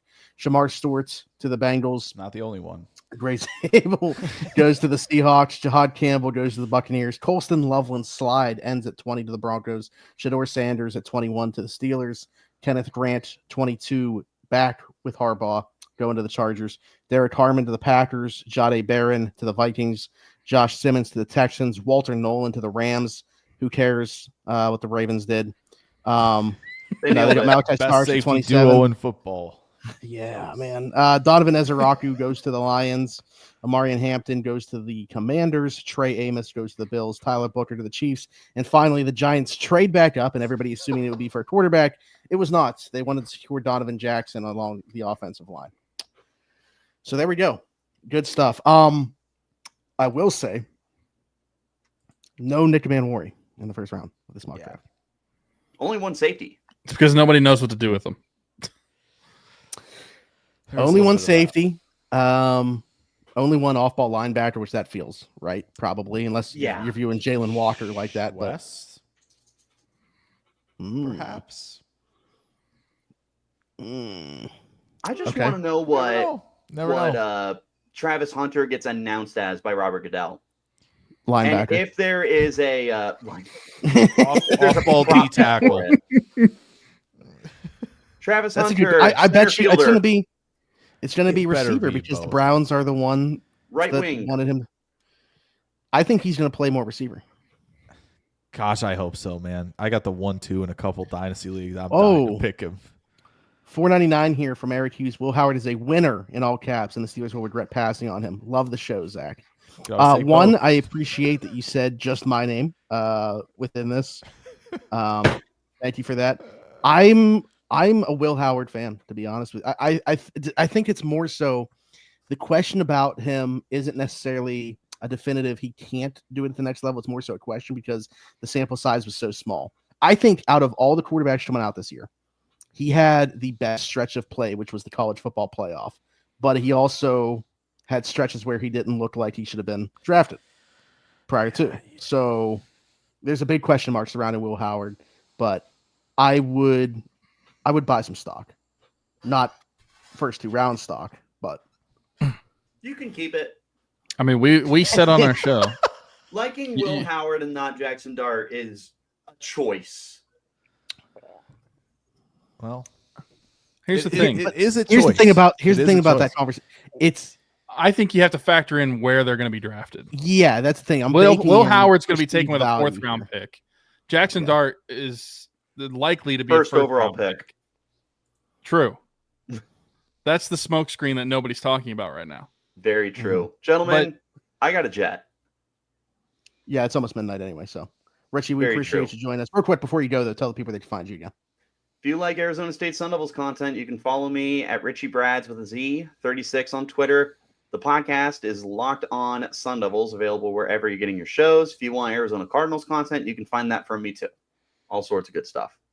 Let's talk ball. Hit me up. I will have Richie's stuff linked below in the description if you're watching this back, so be sure to check that out. Richie, we appreciate you joining us, and enjoy the rest of the draft process. You as well. I'll catch you guys later. It's great to see you, bud. Great to see you guys. I miss y'all. Deuces. Richie Bradshaw exiting as we wrap up here as well. Ravens suck, by the way. I felt like they needed to say that. Oh, man. Yeah, that's tough. It happens every year, man. Like mock draft, real life doesn't matter.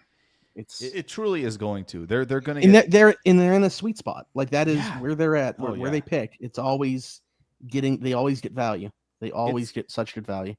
Yeah, I mean it's got to be tough. I as a rival of them to just watch. I mean, even in our draft here, watching Ezeraku fall there, Amos fall there, both the safeties. Like, it's just, it is inevitable for the Ravens to get somebody that you go, yep, of course, sure. I mean, my goodness, it's never. They always have like this massive surplus of picks. They always are able to just like sit there and wait on it. Like they never have to use the capital to move up. They can just sit there and get value. Yeah, they've done a great job. And they really cook in the mid rounds. You know, you got Likely there. They've got Orlando Brown there. The Andrews was all the way down there. Like they continue to do that. I remember when we did, you know, kind of a live show together, the four of us, and watching Tyler kind of just drop the headphones and leave when they took Travis Jones. Oh, dude, that was such a wild night. That was the same night. That was the same night. What's his name? Jordan Addison transferred out of Pitt. That's right. Yeah, that's right. It was a wild evening. But that's what the Ravens. It doesn't matter. It truly doesn't matter. They're going to find the value wherever it is, no matter what happens on Thursday. That if we can guarantee one thing on Thursday, they're probably going to get some valuable pick down there. Who knows who it's going to be? But. And if we can guarantee another thing, we will be here Thursday for a live show with several giveaways. I keep teasing this. We got a giveaway that pretty massive giveaway that I'm not going to tell anybody about. It's a complete surprise. Tyler doesn't even know about it. So literally, you got to be here in the stream to be eligible to win it. But along with that, we're giving away a DK Metcalf jersey, your house t-shirts from our friends at Game Changers. Yeah, yep. Well, I didn't need to tell him he guessed it though. No, but it's a pretty massive giveaway that I'm really excited about and needed somebody else to make it happen. So excited for that. So be here. We'll be here night one. We'll also, I think, come back for night two as well. But Jake is going to be doing his own stuff on his channel as well. And Jake, before we get out of here, tell the people they can find all your stuff. Yeah, Jake Schyvinck NFL. I know it's a tough one to spell. We'll figure something out on that. We got to figure something out about the name. But on YouTube, been doing prospect breakdowns. If for the Steelers faithful, you want to get another look at Derek Harmon. It's over there if you want to take a peek at that, and plenty of others as well. So probably going to have hopefully 5-6 more, I think, before things wrap up. Done a lot of receivers over there as well. So Pittsburgh fans, you looking for that potential wide receiver? You had a video. You had a video right away for George Pickens a couple years ago. Was there a Steeler last year? Peyton Wilson. That was okay. Yep. Did the film room before he got picked, and the Steelers faithful showed up big time. So it could happen again. You never know. Maybe it's Ibuka. Maybe it's Ibuka. That's already up there. Along with a lot of others, Golden and all of them. So the Iowa State guys. But I've been trying to get as many receivers done because I feel like that's the position where you're going to get probably the most value from me. It's just in terms of an evaluation thing. Peyton Wilson, hopefully it was good last year. Linebackers are as tricky as they come. I got to say. I agree. Like from my standpoint, receivers and defensive backs are kind of like what I enjoy talking about the most and evaluating the most personally. Like the trenches, man, like I'll be completely blunt. I don't try to like BS with anybody. A lot of my stuff is like, I don't even know how to evaluate line play completely. Like I'm regurgitating a lot of what I see from, in my opinion, the go-to guy for those positions, which is Brandon Thorne. Like that's my guy for the trenches. Sure. So, but anyway, good stuff, Jake. I'll be sure to link his stuff down below as well, so you can find him and check out all of his work. And hopefully somebody that we snatch up over this upcoming weekend, Jake got a video on. If it's not there already, maybe it's coming post-draft. So. That's the other thing. I'm going to try to do a lot more post-draft. Usually it's more just the Packers, but trying to make sure we get, a lot more in terms of post-draft film rooms. Might not be a lot of sleep for a week or two, but who cares? It's the draft, man. This is what we live for out here. One of my favorite videos of yours that's annual is coming up tomorrow morning. Yeah. Well, your reaction to your way too early first round draft. I love it every single year. We should make a reaction to this video after the draft and see how many we got right and wrong and discuss. And even like not wait the whole year to the other ones too. Yeah, might as well check them all out. But that I'm glad you enjoy that one. That's tomorrow morning. Already got it set up and ready to roll, so that should be fun. I already know there's one player in there that's going to be tough to see at the top of the draft, and he's a signal caller, and it shouldn't be too hard to figure out who it is. So. Oh, okay. Yep. Yeah. Yep. I got it. Yeah. Yep. So, but that's what's fun about it. If the Steelers take Quinn Ewers at any point in the draft, is that who you're talking about? No, it's not, but that might be the pick. That might actually be what it was. I'm not joking. Oh man! All right. I haven't All right, seen well, anyway. it, so that's gonna be All right, fun. thanks, to go Jake. back We and appreciate your figure time. out. We'll see you. Yeah. No. All right. But anyway, be sure to go check Jake's stuff out. You guys know where to find us at this point. Like, subscribe, hit that notification bell. If you are here, I almost said on YouTube, but it's the only place you could find us. It's a live stream, not a podcast. Could you imagine listening to this as a podcast? My God, God bless you. Yeah, you if got to be would've. here for that. But anyways, Gotta hit be. that notification bell so you know when we go live, just like we will be again Thursday for the first round. Again, excited about all the prizes we're going to be giving away. One of those, no one, literally besides me, knows about this giveaway, and I'm excited. I'm going to keep talking it up this way. So be sure to join on Thursday night for that. We're going to have the prize wheel back, just like we did last year. And last year, I don't know what was going on with scheduling conflict or whatever, but Mid Kuiper wasn't here. I'm hearing potentially he'll be back Thursday night. That's So what I'm talking about. excited for him to hopefully return. Sources are telling me that he'll be here. So like, subscribe, hit that notification that's gonna bell. be so good. Follow us on everything at Around the 412. We appreciate all you guys for being here. Very active in the chat, and we appreciate that. So we'll see you guys Thursday night. Appreciate you. Until then, bye-bye.